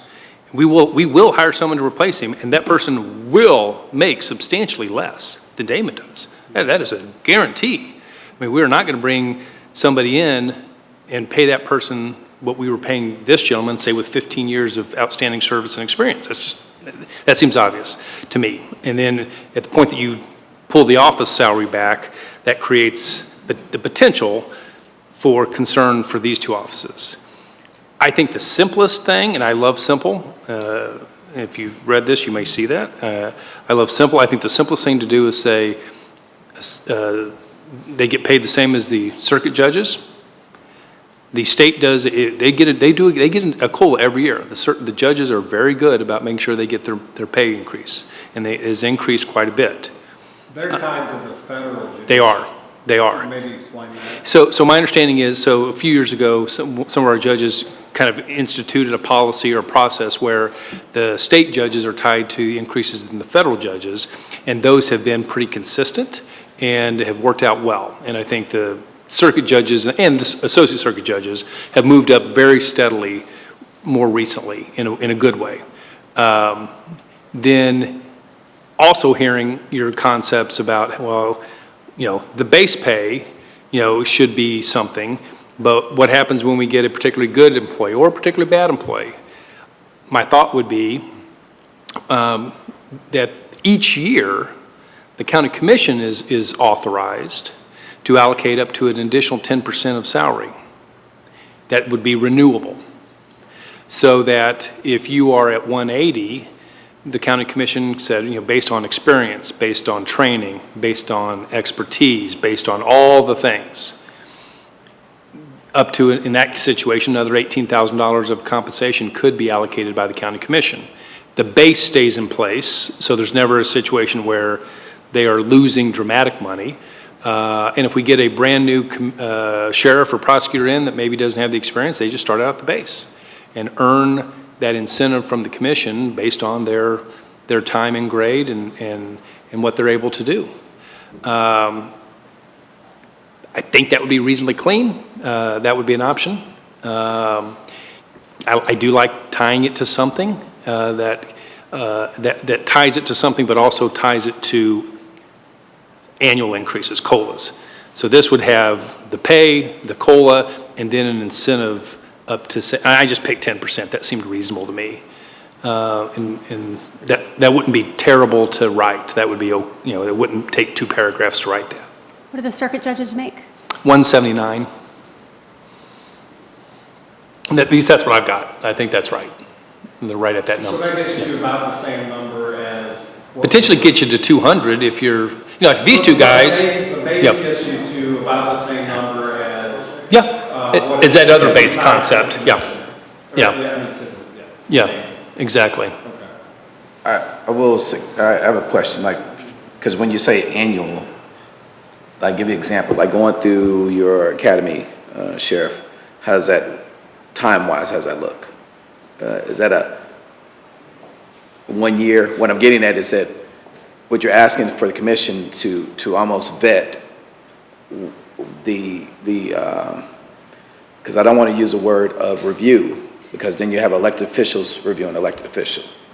Really, you're looking at how do we make it to where it's a check-off situation. So, like, how long does it take for the FBI Academy? Give me an example on that one. 3. And believe me, I'm just trying to, just from the outside listening, trying to give some feedback, because as I can see both, when you start looking at elected officials, talking to elected officials, what that looks like, and just trying to figure that out from that standpoint. Yeah, so just for clarification, can you repeat the question one more time, just so I'm clear? So one of the things that Kevin just brought up is like maybe doing 10% to help incentivize the continuation of education as you go through.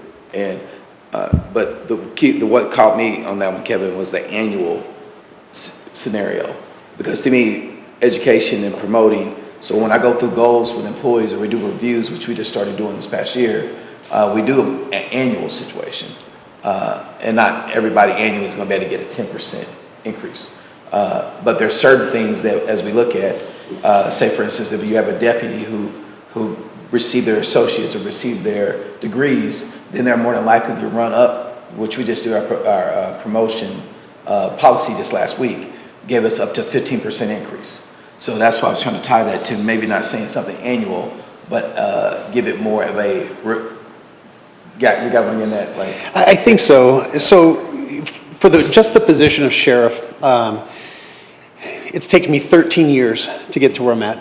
And so it's an annual, I don't know how that would fit. And to your point, I think also, I think a sheriff in the future would absolutely challenge the commission if the commissioners were dictating based off of an employee evaluation. In fact, I actually, when I got elected, I did away with employee evaluations because they don't work. And then I fought with our accreditation standards, and then we came to a middle ground, but it's because they still wanted our business. So for that's just another story. So I just think that We could work on it. if I understood you correctly, that it's just an annual, just wouldn't, Yeah. you would have to wait 5 years in order for someone to complete the FBI National Academy because they had to wait for so long, you know? So I don't know how that would work. And I think what we're getting at is, if we get a base and then allow the commission to make a determination of where you go from that base. And I think, I agree with you, simple's better.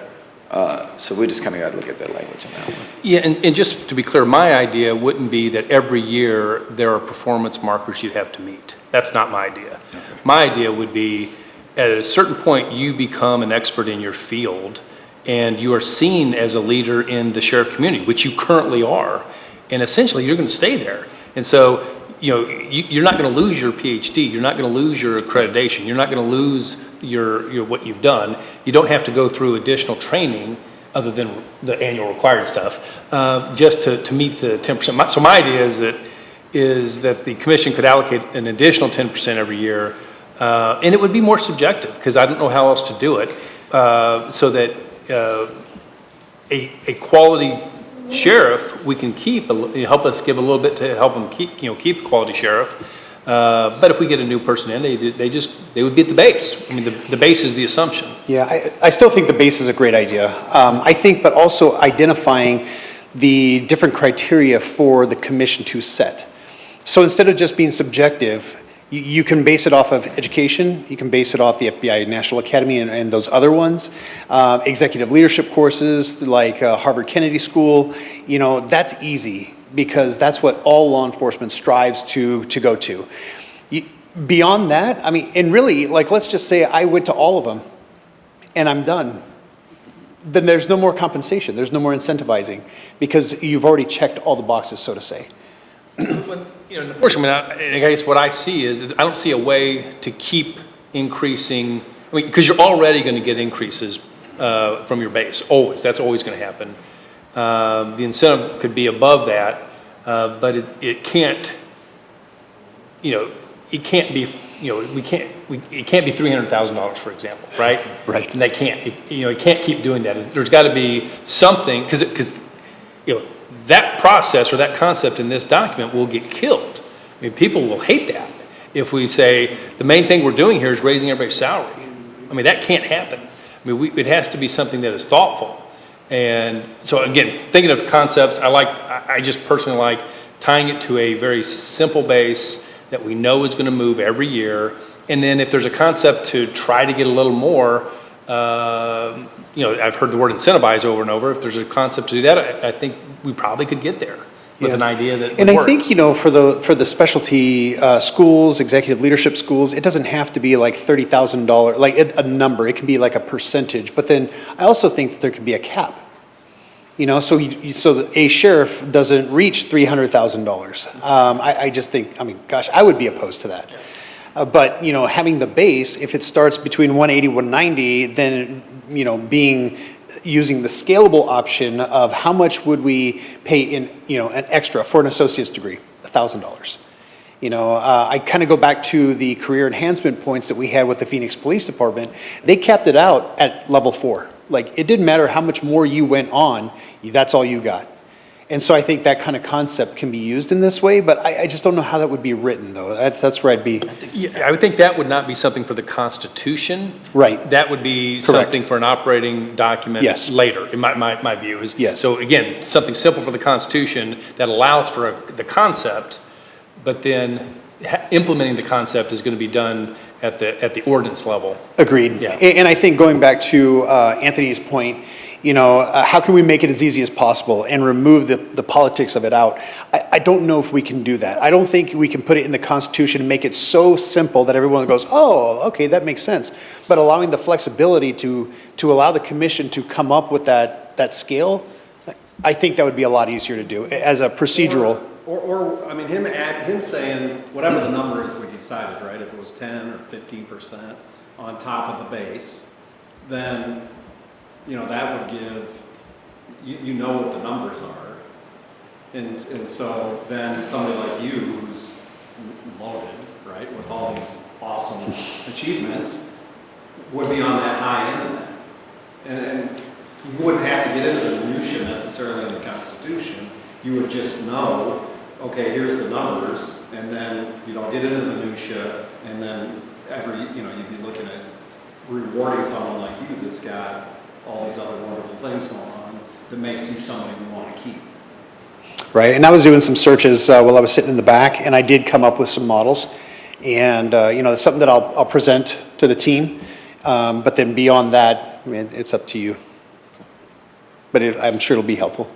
And along with what Kevin was saying, I know, like, when we would look at the chief's raises, one of the big things that we would look at is trying to stay at that 10%, because you're putting that out in the public, it's going out in the media, and everybody sees that, and it's like they're okay with that. But if you go way past that, you know, like when we brought her up from, you know, basically where she should have been, they were okay with that because we were already below the industry standard. So if we bring them up to the industry standard, and let's say we do that 180 or that, and then we do that on top of it, that's easier for the public, I think, to accept as far as, okay, going forward, we do a review and it's 10% each year, and then maybe have a cap on top of that where, you know, once you reach that cap, then it's just the COLA raises, and then maybe that will help them accept, well, that there's a cap. Because The cap, so I misunderstood this at first when he explained it to me. I'm sorry to interrupt, but I think it's important. The 10% isn't piling on each year, so it's 10, and then the next year you another 10, and another. It's 10 each year, period. So if you're at 180, 10% is 18,000. So you could get 18 extra thousand because you're him, right? And then the next year, they can renew that, but if he were to leave, it would potentially revert back to the base. the base. But if we said 10 was the number, 10%, 18,000 would be the cap for, that you're talking about, right? You So said that one would be year. 18. Yeah, But so- it's not adding on top of each year. Well, you could add on top You of it each year and then set a cap on top of that. That's what he was saying, up to 10. Say, do it up to 5 years or 10 years or something so the public knows ahead of time, okay? And I didn't mean to speak for you, Kevin. No, that's good. You know, that you leave it to the commissioners to do a review and say, okay, 10% each year. And then that allows them to do that. And then obviously, the Kansas City chief of police makes $250,000 and is in charge of 1,500 people. If Will goes beyond that, then people are going to go, wait a minute. So everybody from Kansas City Police Department will be wanting his job. So, I mean, it's just like you just got to get it into the parameters and allow for everything that he's done and put forward it to gradually go up, where I think that 10% a year is something that people can generally accept. Yeah. Perhaps, maybe up to 10% cap it, but then within that, to remove the subjectivity from it, and just say for executive level courses, you're going to be, level 1, level 2, kind of like our compensation salary structure, have levels, 1 through 4, level 5, something like that. So that way, the markers are being met by the individual, and the subjectivity from the commission, all they're just deciding on is, yep, you met number 1 or number 2, we approve that. Something, because that sounds clean to me. Yeah. And that part would be in the Constitution again, it would be. Correct. Operational. The operational Yeah. side. Yeah. Yeah, that's just a thought, and there are other. For sure, but it's good to be brainstorming, so we're coming up with some other ideas. I love it. But we have another person that wants to. Yeah. Do you have anything else that you? I'm only coming up here when you have questions for me, so, I appreciate that. thank you. Very much. I didn't mean to cut you. I didn't want to cut you short, so thank you. 10 seconds. Jay Johnson, County Commissioner. Respectfully, disagree. So Kevin likes the idea of tying it to somebody outside of the county, the base pay. I don't. And a perfect example, he talks about federal judges. A quick Google search shows that federal judges were denied COLAs at least 6 times that I found so far because Congress didn't want to give it to them. They actually had, real quick, yeah, I think that they had to go to court. I think the COLAs come from, what are the COLAs tied to? Are they tied to the Fed? I think they're tied to, I think it's the state. It's the state that gives the COLAs. But if you're talking federal judges, they got denied 6 times their COLAs and had to sue to finally get that over. The bottom line is we lose control. But just to be clear, the state gives the COLAs to the judges, they don't wait for the Fed COLAs, is that right? I think that's right. I mean, that's something we can look at. Okay. Are you talking about federal judges or state judges? Well, if we tied it to the state judge. Yeah. The COLAs that the state judges Yeah, get yeah. are through the state. Right. They don't wait for the Fed to do it. Right. But so the same point applies there. So now you're relying on the state. If there's issues with the state and their budget, they decide not to do it for whatever reason. It takes us out of the picture, and we don't get to control that. And so that will, in that situation, if for whatever reason they get COLAs, we'll end up giving 2 of our electeds COLAs that year, and 2 of them won't. So that's why. And I also think that it gets into slippery slope when we start putting numbers and percentages inside the Constitution itself. I think it'd be better to keep it simple. Whatever that is, I don't know. That's for you guys to figure out, but that's it. Thank you. Did anybody have any questions of him on that? Sorry, thank you. Please. Tracy Baldwin, Clay County Assessor. This may not make me the most popular. I do believe the sheriff and the prosecutor definitely should make more money. But when we're talking about incentivizing and changing the salaries, we're getting away from the elected process. The citizens of the county elect somebody to do these jobs. When the sheriff, the prosecutor, the assessor, the auditor, or commissioner, they all sign up for that job knowing what the salary is going to be and what the base pay is going to be. I don't believe any of us signed up for public service to be rich or make a lot of money at this. If the sheriff, Commissioner Johnson explained about police chiefs. If the sheriff was wanting to be a police chief and he was concerned about money, he could go to the private sector. But when we talk about changing the base pays based on their education or the things that they've done, I think we're getting away from our elected process. And the people elect those people based off that criteria. So that's just my 2 cents. Real quick, does anybody have any questions for him? But with that being said, this is going to the people, right? I mean, we are going to vote. The people are going to vote on this. Sure. Yeah, with that being said. Okay, thank you. I think the county's interest is to Thank make you. sure we keep good people in these office places and not have a race to the bottom because the pay is so out of. I do have a question, Damon, real quick. I don't know how we can base any pay on yours. I don't know how we can base any pay on your salary because your salary is negotiated, isn't it? Yeah. So it could be 211 now, but the next guy might get, 275. Sounds good. Why did I say that? You gotta run for re-election. No, but I'm just saying that it's not a stable, I agree with Kevin, it's not a stable place to look for a base. I just think we have a few things that we could research that I think would be beneficial to all you all. It is a hard one. I mean, it's just a hard thing because of to tie it, and just from the outside listening, I could see what Commissioner Johnson, I could see what Kevin, I could see what all have to say because it's hard to tie it to something. But I think to simplify it, especially for voters, I agree. You do not want to put percentages of numbers in it. People will look at it and come up with their own ideology of it.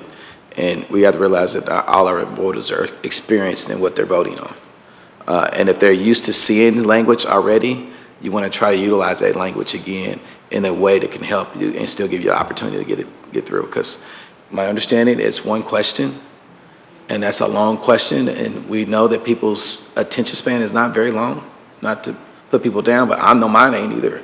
When I read this, they're gonna read through it, and then they wanna make a decision pretty quickly. So we gotta keep that in mind when we look at things. So simple's better, and it may be something there that we can do that can help tie to what we currently are doing and things we're already putting in place. I'm going to count that as your county administrator comments down at the bottom of our agenda. Do you want to add anything to that? So be it. You're done. I did my earlier. You kept your mics on, which is one of the main things I had to say today. So I'm going to move on to the county councilor comments.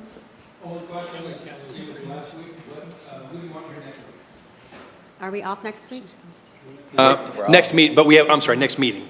Aren't we set? We have a date set.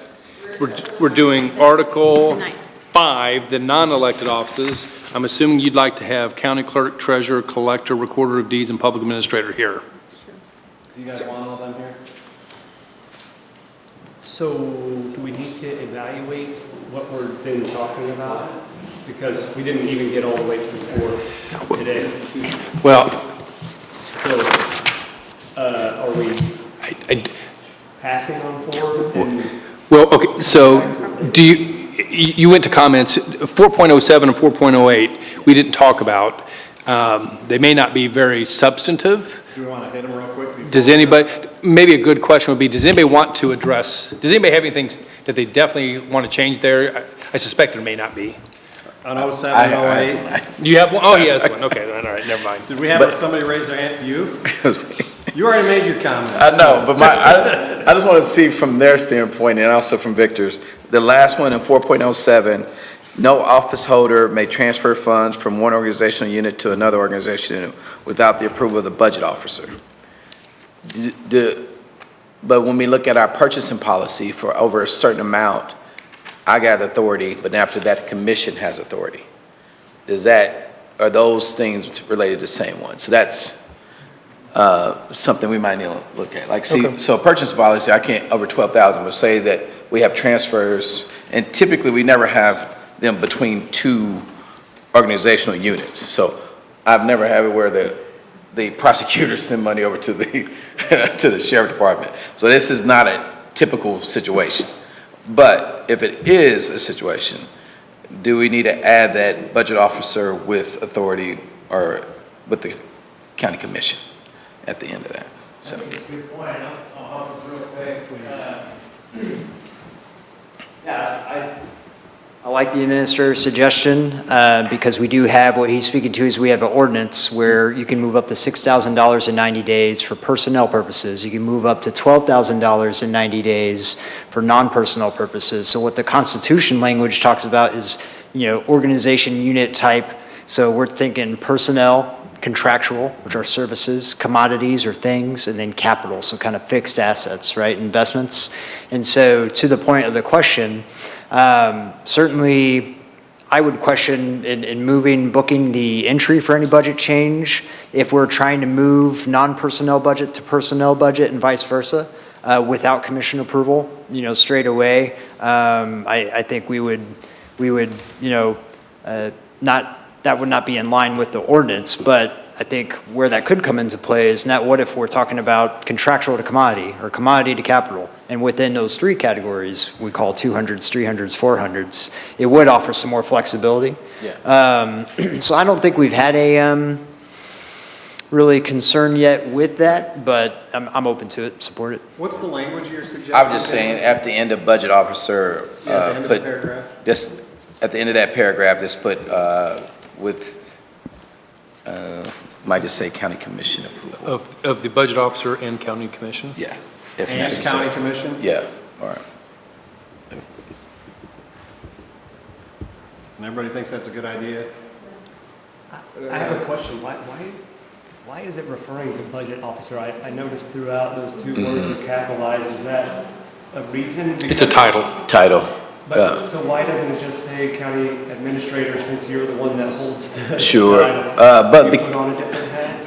I do not. I mean, I'm the budget officer too. So, but I can see from their standpoint, if someone's not in that place as county administrator, they can dedicate those services, because almost everything we sign is signed by the budget officer as well. Okay. So that's probably, If there something was a change dictated in by. position, Yes. yeah. Yeah. So that's probably Do what. we have consensus on adding that? Okay, thank you. And Yes, that- we do. Okay. That's it for me. All right, Kevin, I'm sorry, did you have anything else you were gonna? Okay, so we're through county administrative comments, county council comments, and we are adjourned. Right? Thank you. Hey, thank you to everybody for coming. Thank you. Appreciate it. When I was young, 30s and serving, I would sit in hearing like 5 hours, 6 hours, and I can't do that anymore. Is that what we decided? Yeah, I know. Is that a Thursday? Well, you look great. But I'm getting there. I know. it's not for sissies. No, no. I hear you. Why don't you just have something up there you